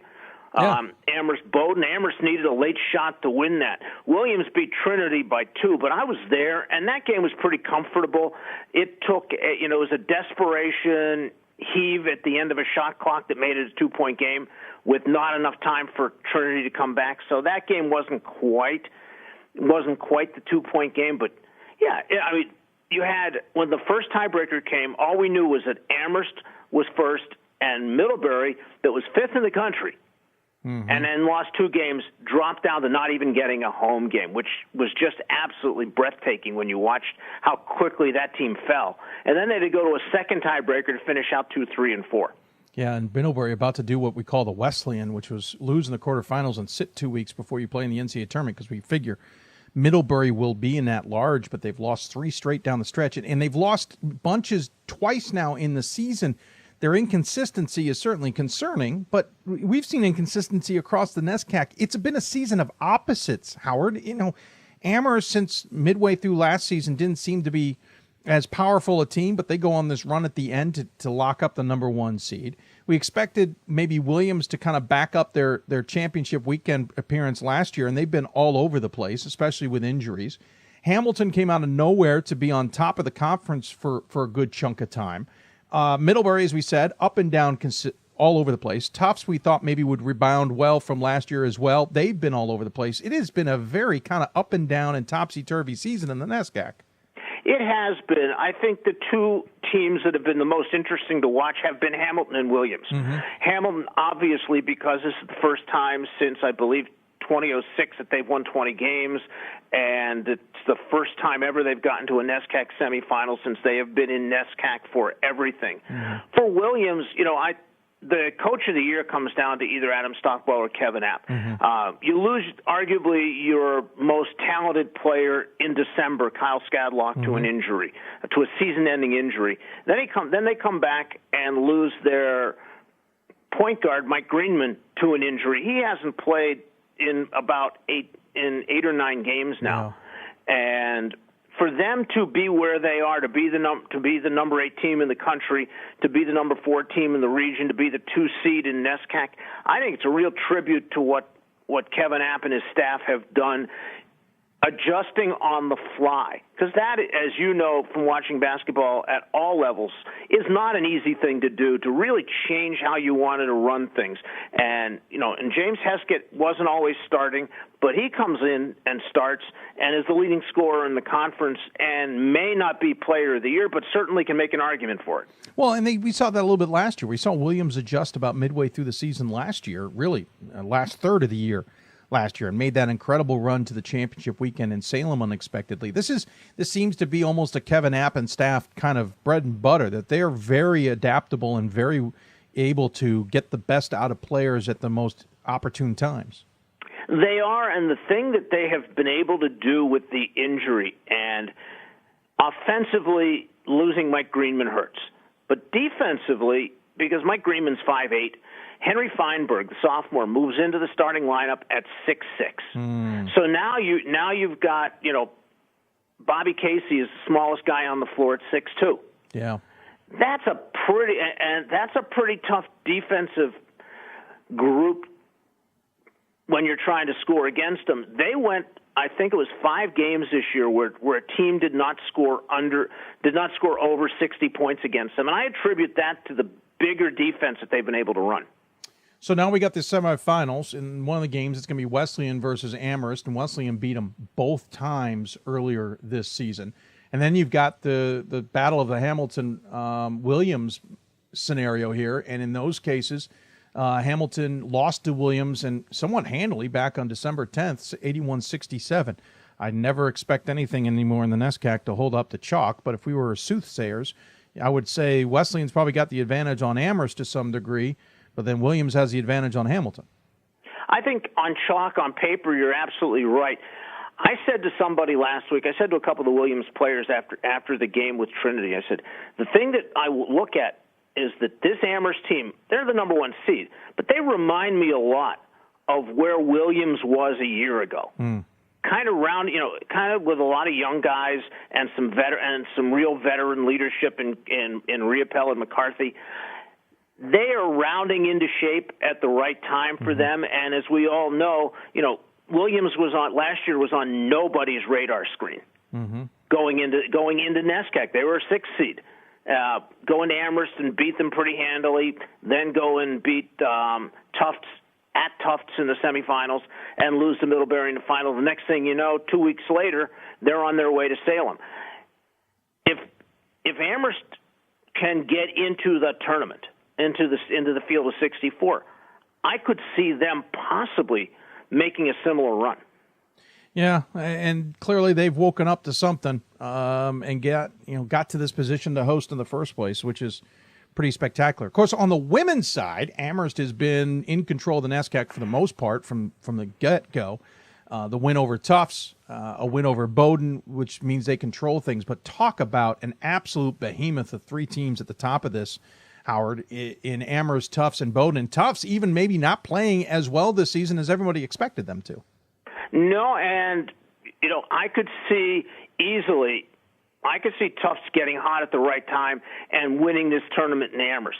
I got a chance to see Amherst play Bowdoin earlier in the season, doing a feature for our newspaper on a freshman at Bowdoin who had who was a high school star in our area. it's really interesting to watch these two teams play because while they are both defensive-oriented teams, they both do it differently. Amherst is a big team, physical, likes to push you out and play you that way. Bowdoin likes to press you. They're smaller. They've got a little bit of size, not as much as Amherst, but they want to run. They want to run full court with you and turn you over and get easy baskets at the other end. Amherst is the type of team that doesn't make those kind of mistakes a lot. So that made it harder for the Polar Bears to come back and win that game. It's Amherst's tournament to lose because they're at home, but I could, if they lose the semifinal, I wouldn't be stunned. If they lose in the final, I wouldn't be the least bit shocked. Yeah, no, I agree with you. Just the way that is set up on the women's side to some degree. Bowdoin Tufts, of course, is the big semifinal. Wesleyan feels like they're the odd man out of this group. But we could see some interesting results in period. One of the things we noticed in Vegas, Howard, when we saw Amherst play, and they played Trine, another defensive juggernaut of a squad, in a very low-scoring affair. Amherst actually held Trine to just 12 points in the second half, though Trine held Amherst to about 20 or something in the second half. Is the difference between Amherst now and what we've been used to seeing from Amherst in the past. We're always used to the Mammoths being a really tough defensive team, but they usually have incredible firepower on the offensive side and will absolutely destroy a team on both sides of the court. They aren't as powerful offensively. They're in tighter games as a result of that. Yes, in control defensively, but Howard, I feel like as we go now into the really nitty-gritty part of this season and the postseason, you keep any team lingering and you're asking for trouble. You want it's keeping a team at arm's length, which is kind of what I've seen a lot down the stretch. Not just in Division III college basketball, but in a lot of the high school basketball that I've been covering over the course of the last couple of weeks. What Amherst has been able to do successfully is to, even though they don't score a lot of points, keep games at 3 or 4 possessions. Right. Once you get down to that 2-possession thing, then you make a desperation 3, you make a crazy shot, and the next thing you know, it's a 3-point game. Somebody makes a mistake, and here you are tied. But in a game where it's 3 possessions, you have a cushion, and Amherst is really good at not making those critical mistakes at critical times that will give a team a real sense of life. I didn't see either of the games against Williams, but writing them up, I noticed that the games were relatively competitive and relatively close, but when you break it down even further, Amherst always led between 7 and 12 points. And while, it looks good on paper, you kind of knew that Williams didn't have the firepower to come back on that. I think of these teams, I think Bowdoin is the only team that really has the firepower with the way they like to shoot and run. But that's been Amherst's, the way they want to play this year, the way they have to play this year. But they keep teams, holding them off, and as long as they don't make that one mistake, they've been fine. That's the risk, I think, as we get later into this, is that one mistake. Again, we saw, it was WPI or somebody, it was a number of years ago, they went on like a 50-2 run without even sweating and just put them away. Nowadays, you're never going to see that, and I just wonder if that's going to maybe come back to bite them. Granted, they won the national title last year doing the same darn thing, so it's not like they're unfamiliar with it. Fascinating finish with the NESCAC women. It's gotten deeper at the top, though the middle and bottom seems to have kind of fallen aside to some degree. Do you ever see this NESCAC getting as competitive as the men's on the men's side as on this women's side ever again? Boy, you would like to hope so. Yeah. I don't know if the NESCAC women have ever been as competitive as the men are right now. True. It's always been like 3 teams, maybe 4 at the top. And other than having Amherst in the mixed and Bowdoin, it's kind of alternated. There was a point when it was Amherst, Bowdoin, and Williams, and Tufts was on the outside looking in. I think Wesleyan has been really strong in the last couple of games, and played well down the stretch. And I'll give anybody, especially in what turns out to be the third Little 3 game, I'll give them a puncher's chance. They got to play perfectly and hope Amherst makes a couple of mistakes. But I don't know if that's going to happen. Sure. But it would be nice to see the women's league be as competitive as the men's league. And when with the men, talk about, is it because they're all good, or is it because they've all taken a step back? A couple of years ago, I would have said they might have all taken a step back a little, but I look at the way NESCAC was this year, and I think that it's because the league is so good.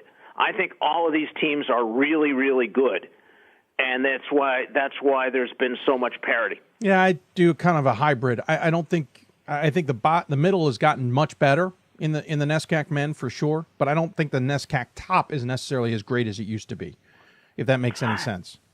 Yeah, it does, and I think the NESCAC top is pretty. I mean, you got 3 teams in the top 15. Yeah. Right now. Well, and I'm not saying they're not great. They're very good teams. They're very good teams. I just mean the echelon of great. And we're talking some of these championship teams of Williams and Amherst. I don't think that's where they are. I think they're somewhere in between, if that makes any sense. It does, and I see that as, I think, more teams, not just in NESCAC, but all up and down the East Coast and elsewhere, have gotten much more aggressive in their recruiting, and they're all they're all going after similar guys. I look at what former Williams assistant Josh Leffler has done at Johns Hopkins, and they've been really good. There are a couple of former assistants for Dave Hickson. Yep. Kevin Hopkins who have done is doing really things nice at jobs at Muhlenberg and the College of New Jersey. Yep. And I do think that everything has gotten much more aggressive as far as the recruiting is concerned. So I think everybody's, battling that. Maybe that's why you don't have a team like the Amherst team that won the national championship in Atlanta, or that Williams team with Mike Crotty and Ben Coffin that Dave Paulson won a national championship with and then went off and beat Division I Holy Cross the next year. Maybe you don't have those type of teams, but I think, everybody's, the recruiting battles have just gotten almost tougher and more hard-fought than the games on the court. Yeah, no, fair point, and I think you're right there. By the way, that 2013 title, at least we know that one is not going to get vacated anytime soon. Well, somebody has to stay. I know, Louisville's from that year gone. Before I let you go, anything else in New England you're watching? Watching, obviously, Eastern Connecticut has been a really solid team. Yeah. But they are, I wonder if they manage to get upset. Are they a Pool C? I got to think so. I wonder if Salem State, if it gets upset as a Pool C, they should win the MASCAC. They will play. They play Fitchburg in the semifinals and get the winner of Bridgewater State and MCLA the other semifinal. But a couple of up, it's the kind of league where, nobody's really blown anybody out all year. Yeah. And I'd be curious to see if we have upsets in that league, and if Eastern Connecticut loses, what happens. Middlebury is strictly, likely in, but they're on the bubble.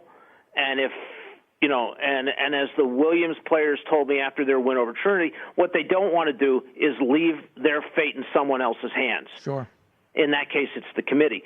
If a bunch of number one seeds, get upset in their Division III tournaments, maybe Middlebury slides off the bubble, and you just don't want that to happen. Yeah, fair point. Hey, sir, appreciate the time as always. Enjoyable to chat with you, especially get an idea from the NESCAC from a non-coaching point of view. As always, give the guests the final word, final thought you want to share with those who may be tuning in. Looking forward to a pretty exciting weekend of basketball. Even though this year with the 4 games at Amherst, the women, by the way, play first because it's an even year. So the women's semifinals go 1 and 3, and the men's goes 5:30 and 7:30. Messes up my deadline, but you can't have everything. That is true, sir. Enjoy it. I hope to run into you somewhere down the road, and we'll talk to you soon. Thank you, Dave. Good talking to you. Absolutely. Howard Herman joining us from the Berkshire Eagle. He has been covering the NESCAC for 2 decades and certainly planning to cover this weekend as well. He joins us on the City of Salem Hoopsville Hotline. Thank you, Howard, for joining us on the show. Appreciate his time. Sorry for the delay getting to him, and of course, crashing the computer. Not the computer, but the system as we did it. Appreciate you tuning in through that challenge, or from the podcast, dealing with that little hiccup we had. We talked about Salem State. He was wondering if they had a Pool C chance. They don't. I said it earlier. They are 10th in the regional rankings.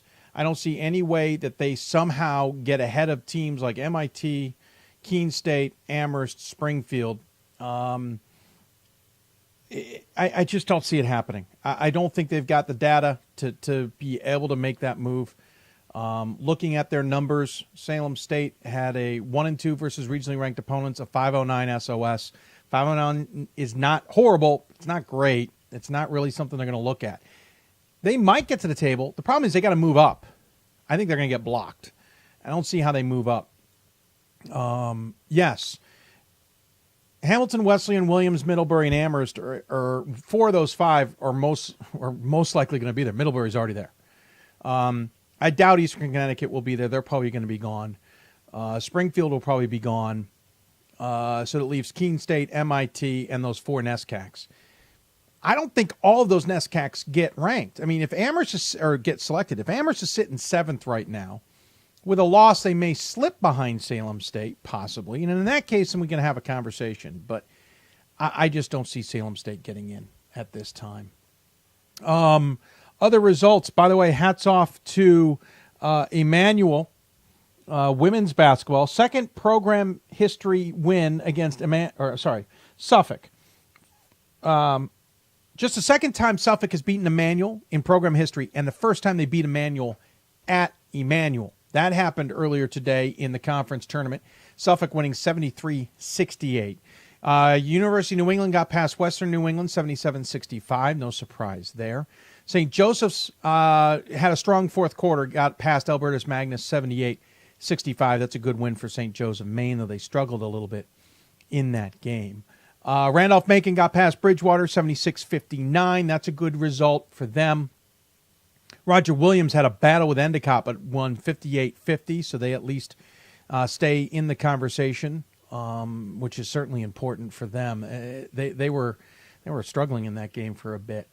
Don't have any links for the Wartburg game, which started. I'm assuming that game's over. We'll check in on that. St. Thomas got beat by St. Mary's 65-44. I don't think that's a huge surprise there necessarily. Whitewater's up on Eau Claire late in the game. 70-63. Looks like Whitewater will get past them there. Checking Wartburg, see if we can check in on a live stat there. Here we go. Wartburg's got that one in hand. Wins 63-46. So Wartburg with a non-surprising win there. Let's see here. Whitman and Willamette are underway. George Fox and Lewis and Clark will be playing soon. We mentioned Christopher Newport winning. They'll take on Marymount, who beat Mary Washington 50-31. Mary Washington, who had an interesting offseason, didn't really get a chance to talk about that offseason this year.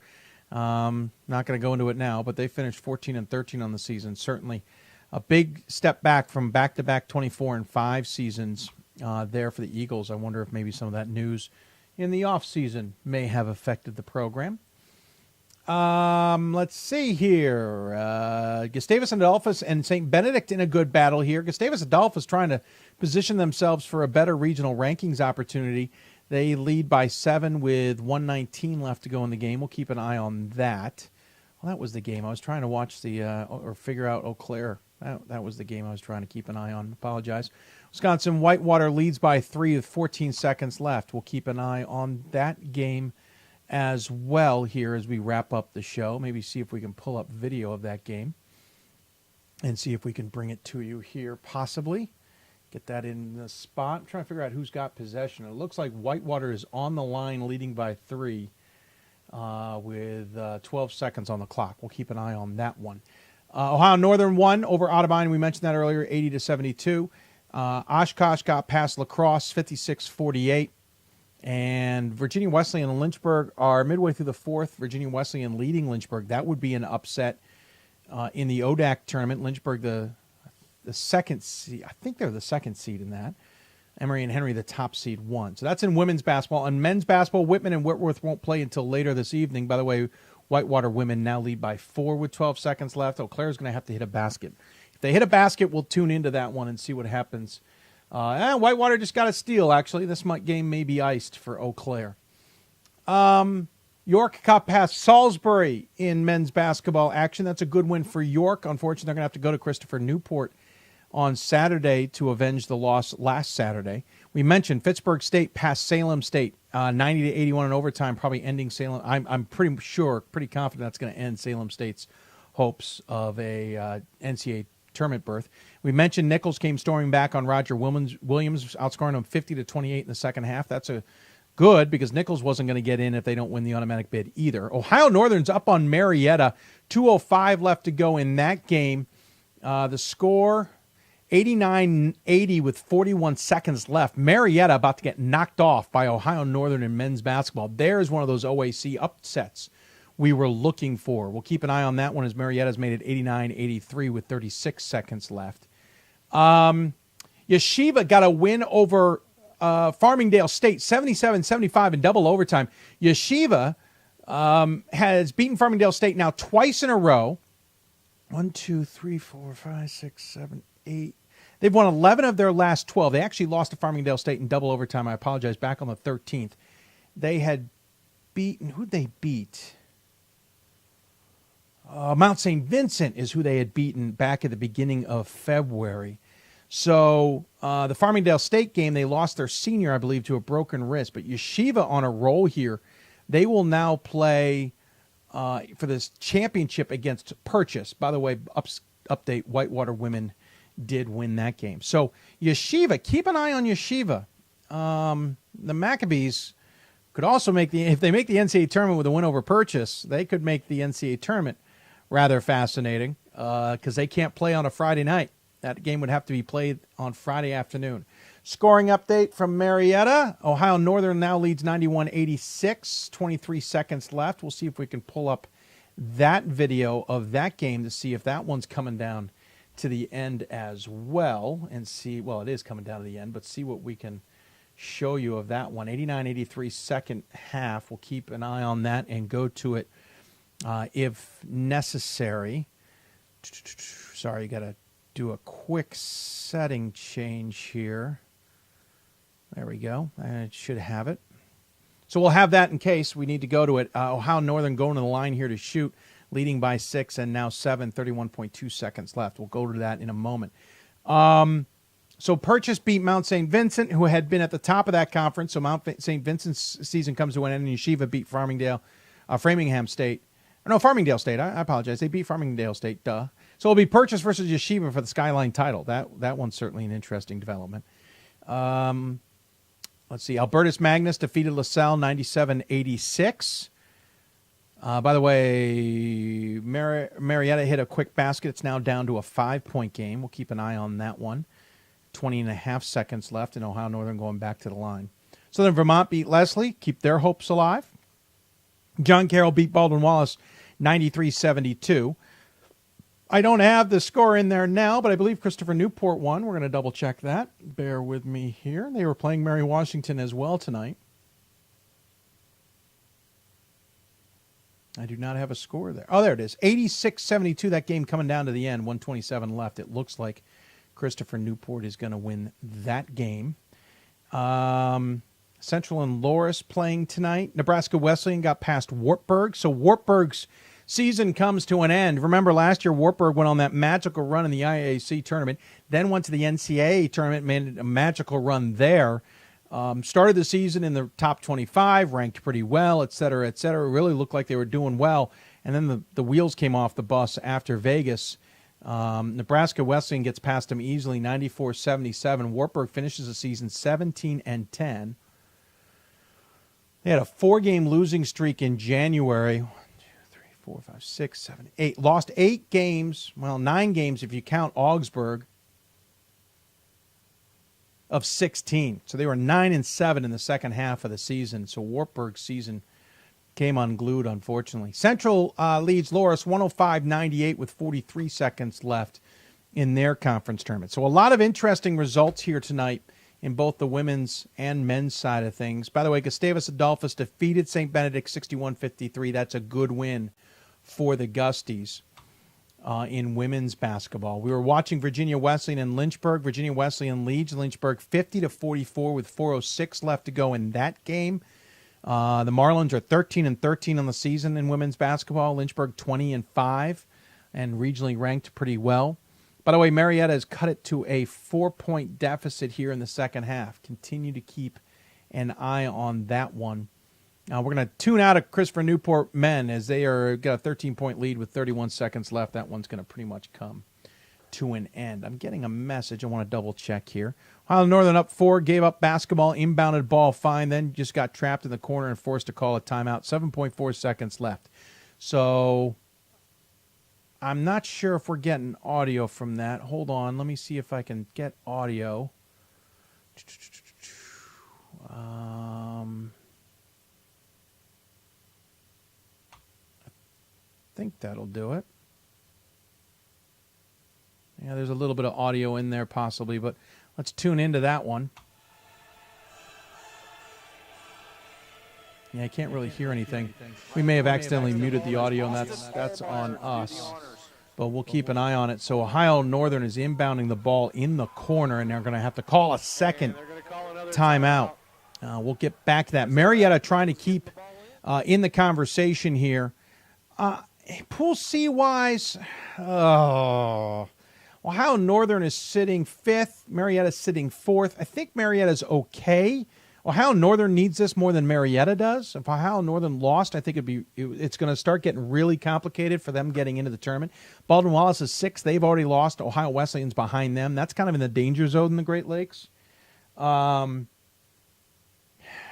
I think Ohio Northern needs to win this, and Marietta's okay. I think Marietta may still get into the tournament.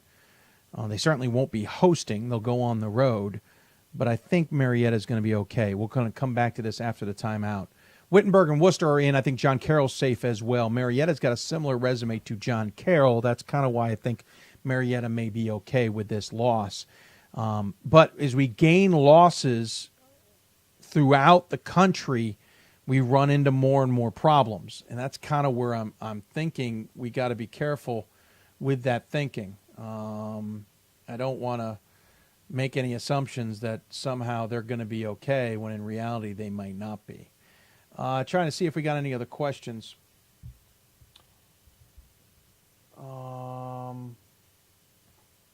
Thank you for the update. Sol Ross leads Texas Tyler 74-68 with 3:10 left to go. Yes, Howard does know his stuff. The health of Malaya Smith has me for Saturday's Oshkosh Whitewater game. Yeah, I don't know what's going on, Drew. You're going to have to update me on what her health may be. I haven't been following what your conversation there may be. Let's quickly get back into this one. Ohio Northern inbounding it all the way down court and catching it successfully. 6 seconds left. Ohio Northern, looks like there may have been a foul called. So Ohio Northern's going to go to the line here to shoot. We'll keep it here as we see if they can ice this game. Granted, 2 shots will still only keep this a 2-possession ball game. It won't necessarily change much on the plate. Lynchburg women trying to battle back, still trailing by 6 with 1:52 left to go in their game. In the meantime, Central leads Loras 108-101 in men's, 108-104 now with 19 seconds left. Don't have video of that off very quickly, so we'll get back to you on that when we get it. And in the meantime, let's see how this one finishes, as both free throws are good, and that is going to do it.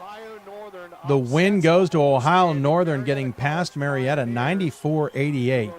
Again, I think Marietta may end up being okay in this. That may secure Ohio Northern getting an at-large bid should they lose in the conference tournament to John Carroll in the championship game.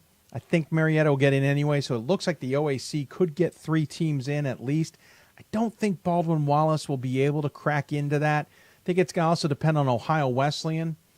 If memory serves, Ohio Wesleyan is, let me double check where they are. I apologize. I have a lot in my head, can't keep it all. Ohio Wesleyan will play Worcester tomorrow. Those games at Wittenberg. The winner takes on the winner of Wittenberg and Denison. So if Ohio Wesleyan wins, I think it put Baldwin-Wallace in a world of hurt because I think Ohio Wesleyan would then jump ahead. If Ohio Wesleyan loses, Baldwin-Wallace probably stays where they are and just hopes not too many teams are sitting in front of them, nor better teams sitting at the table with them. That gets pretty crazy. Alex, no way NCAA keeps Gusties out now that their big win tonight. Gets 3 teams in and for the MIAC. Alex, listen, I don't know if you're listening to the show. I'll try and tweet you back later. You have a little bit more confidence in the Gusties numbers than anybody else does. Gustavus needed that, I will admit, but you've got to get realistic with the Gustavus numbers. They're 7th in the region, okay? They are behind Wartburg, St. Thomas, St. Benedict, George Fox, Whitman, and Claremont Mudd Scripps. Wartburg, let's take them off the table. St. Thomas, take them off the table. St. Benedict is now there. George Fox or Whitman, one of them is going to be there. That's now 2 teams ahead of you. Let's just say, for argument's sake, that Claremont Mudd Scripps stays ahead of you. So now 3 teams are ahead of the Gusties in this conversation. Gustavus Adolphus's numbers, a 539 SOS, and they're now 3-5 versus regionally ranked opponents. Not bad, but that's a tough region. Maybe the Gusties get in. Depends on how many upsets there are in the pool C scenario. I think the Gusties are on a bubble. The win over St. Benedict, outstanding. They needed to do that. I'd rather see them beat St. Thomas for the title. Just get in on the automatic bid. St. Thomas and St. Benedict will get in as at-larges. The West region has not necessarily been historically a very deep region in selections. Don't bet on the Gusties. I get that they beat St. Benedict. That's what they needed to do. They now are 3-5 versus regionally ranked opponents at the very least. That number might be slightly adjusted because some teams may have come off of the conversation. I got to go double check that. 539 SOS, not bad. There's better SOS numbers out there. We'll see. Yes, I think they had to win tonight to do it. If they lost tonight, I don't think they get in. But there's a lot of teams that are going to be ahead of them. So pace yourself, Alex. Pace yourself. It's not as slam dunk as many think it is. In the meantime, 13 seconds left. Central leads Loras 110-107. 44 seconds left. Looks like Virginia Wesleyan's going to upset Lynchburg at the ODAC tournament. Whew. Let's see if we can tune into that one, shall we? Quickly calling that one up. The ODAC always has a solid broadcast, and we'll go to it. 10 seconds with 44, or 10-point lead with 44 seconds left. They're in a timeout, so we'll wait on that. Hold on. There we go. I want to check to see if we got any other questions on our Twitter or YouTube pages. Jay Cozen says, it's not Hope, but Marietta has a nice D3 gym. No, I mean, let's start with the fact that you're comparing it to Hope. Hope, Calvin, Trine are some of the best gyms in Division III. Marietta's got a very nice small town, small college gym. It's a great place to see a game. I've always enjoyed it there. The 2 visits I have made. Granted, one of the visits, the place was empty. Absolutely empty. The last year's tournament was a bunch of fun. I don't see any other questions coming in via email. We're going to stick through the end of this one game.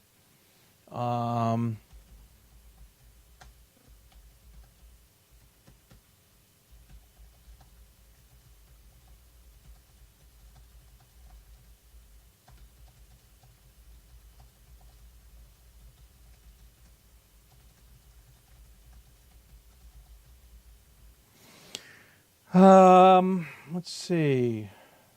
Trying to see if there's any other questions out there. I don't think there are. Double check on the scores, then we'll get going. Central, by the way. Loras has come back. It's a 1-point game. Jeez, I wish I could find some darn video of this game.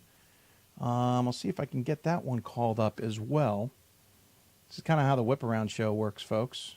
It's not beautiful, but this is kind of how it works. Lynchburg is just struggling. Trailing by 10 with 33 seconds left. tune into that one just to see Virginia Wesleyan about to cause an upset there as they inbound the ball. Lynchburg not looking to foul, it appears. Trying to get a steal. Now they'll foul. Actually, the ball went out of bounds. In the meantime, let's see if we can call up this Loris game as that one's coming down to the end. In the meantime, we're going to have to do this kind of piecemeal, folks. I'm going to have to get out of this game, which I think we can probably get out of safely because I don't this game is well in hand as Lynchburg's going to get upset in the ODAC tournament. In the meantime, let's call up the Loris game where it is 111-108, Central the lead. We'll tune in there in the semifinals and he got it. Of the IAC. I think you can hear it.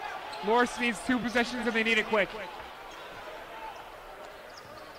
Matt Dixie, say help. Watch Push Josh it. Rogers to get the shot right here.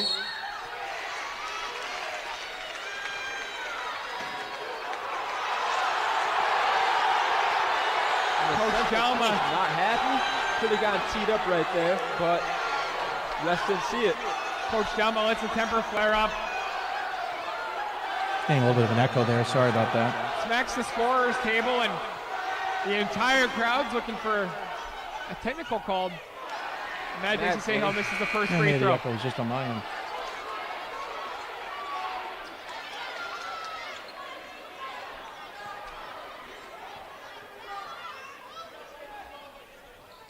Second one, no good for Daisy Sahel. A foul right away. We'll come back to that in just a moment as Central and Loris, it's a Central lead 112-108 here on Loris. We'll keep an eye on that as Central is shooting free throws here. Gives us one last chance to check with you. If you've got questions for us, tweet us at D3Hoopsville or hashtag Hoopsville. Email us hoopsville@d3hoops.com or join us on Facebook, facebook.com/Hoopsville. Ira says, I'm enjoying the whip around experiment. Sir, you're the one who might keep me from being in the whip around. Just take that as a hint. May not be able to do the whip around this year if certain things plan or work their way out. Let's go back to this Loris game. No good. That was the ball game. That's going to do it. There is your finale, folks. Time as will Central expire. defeats Loris. Big upset in the IAC. Deficit and as Loris gets knocked off.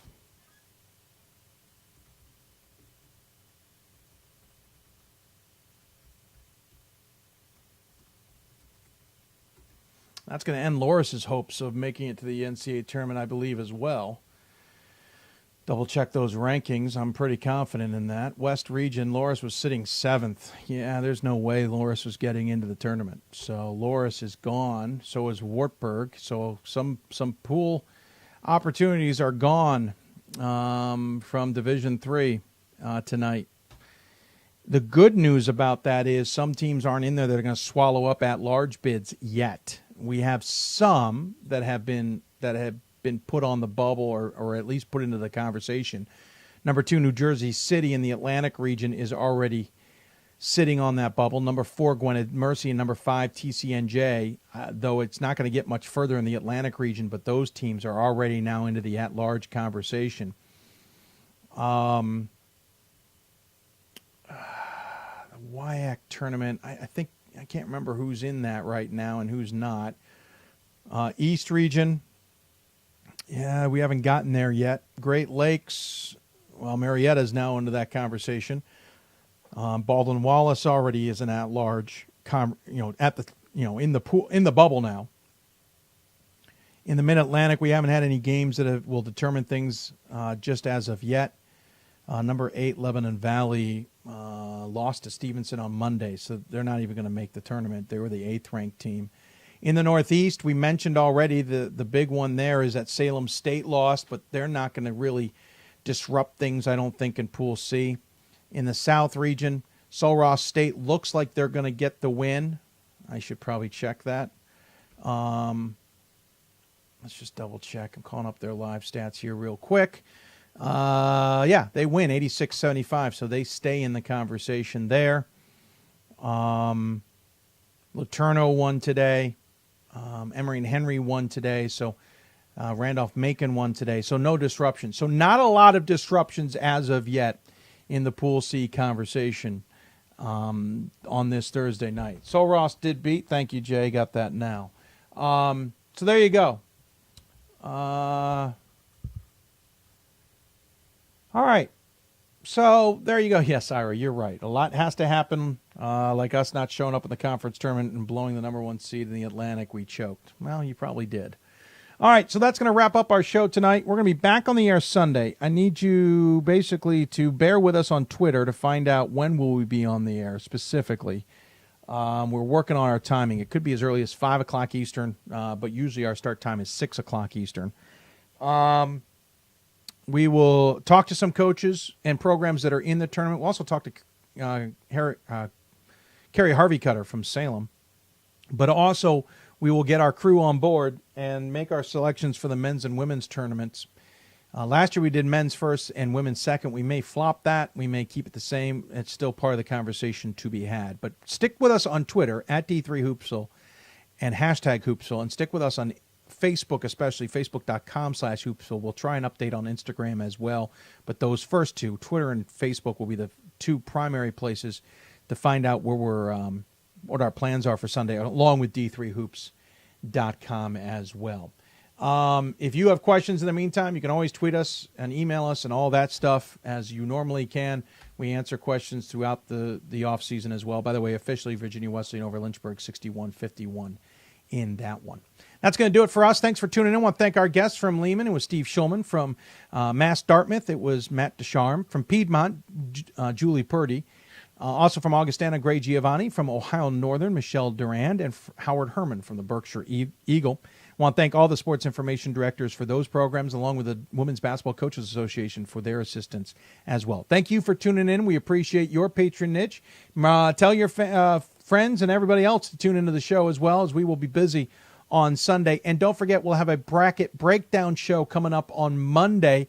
Women's shows at about 2:30. We'll probably hit air 3:15, 3:30-ish with our show, depending on how well we can get some things organized. Speaking of production assistants, you know how hard it is to email people to get them on the show when, A, I'm not allowed to email them before it's been released, even though I know the information. They don't.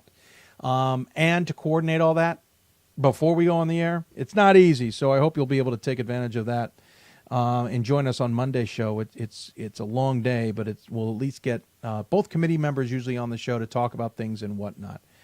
Yes, Wags texts me, Yeshiva. Yeah, Yeshiva winning tonight. Pretty impressive for Yeshiva. We'll see. If they win, we will get them on the show. I can promise you that. All right, that's going to do it. Thanks for tuning in, everybody. Again, Sunday, stick with us, 5 or 6 o'clock Eastern time start. We'll go long because we do both selection processes. And then on Monday, the bracket shows. Again, I think it's 12:30 for the men. I know it's 2:30 for the women. And then we'll have a bracket special after that. You've been watching Hoopsville, presented by D3Hoops.com from the WBCA and ABC studios. I want to thank our partners at D3Hoops.com, the Women's Basketball Coaches Association, National Association of Basketball Coaches, and the City of Salem, of course, for their support of Hoopsville. Also, thank you to you for tuning in and watching. We appreciate your support just as much as everybody else's. Don't forget, this broadcast is copyrighted by Hoopsville and DMAC Productions, along with myself. You need permission from us to re-air this with, if you want to in any spectacular way. Thanks for tuning in, everybody. Appreciate your time. We'll see you back here on Sunday. You've been listening to Hoopsville. Good night, and enjoy the final weekend of the regular season. Get out to some games, all right? And at least watch them online. Good night, everybody.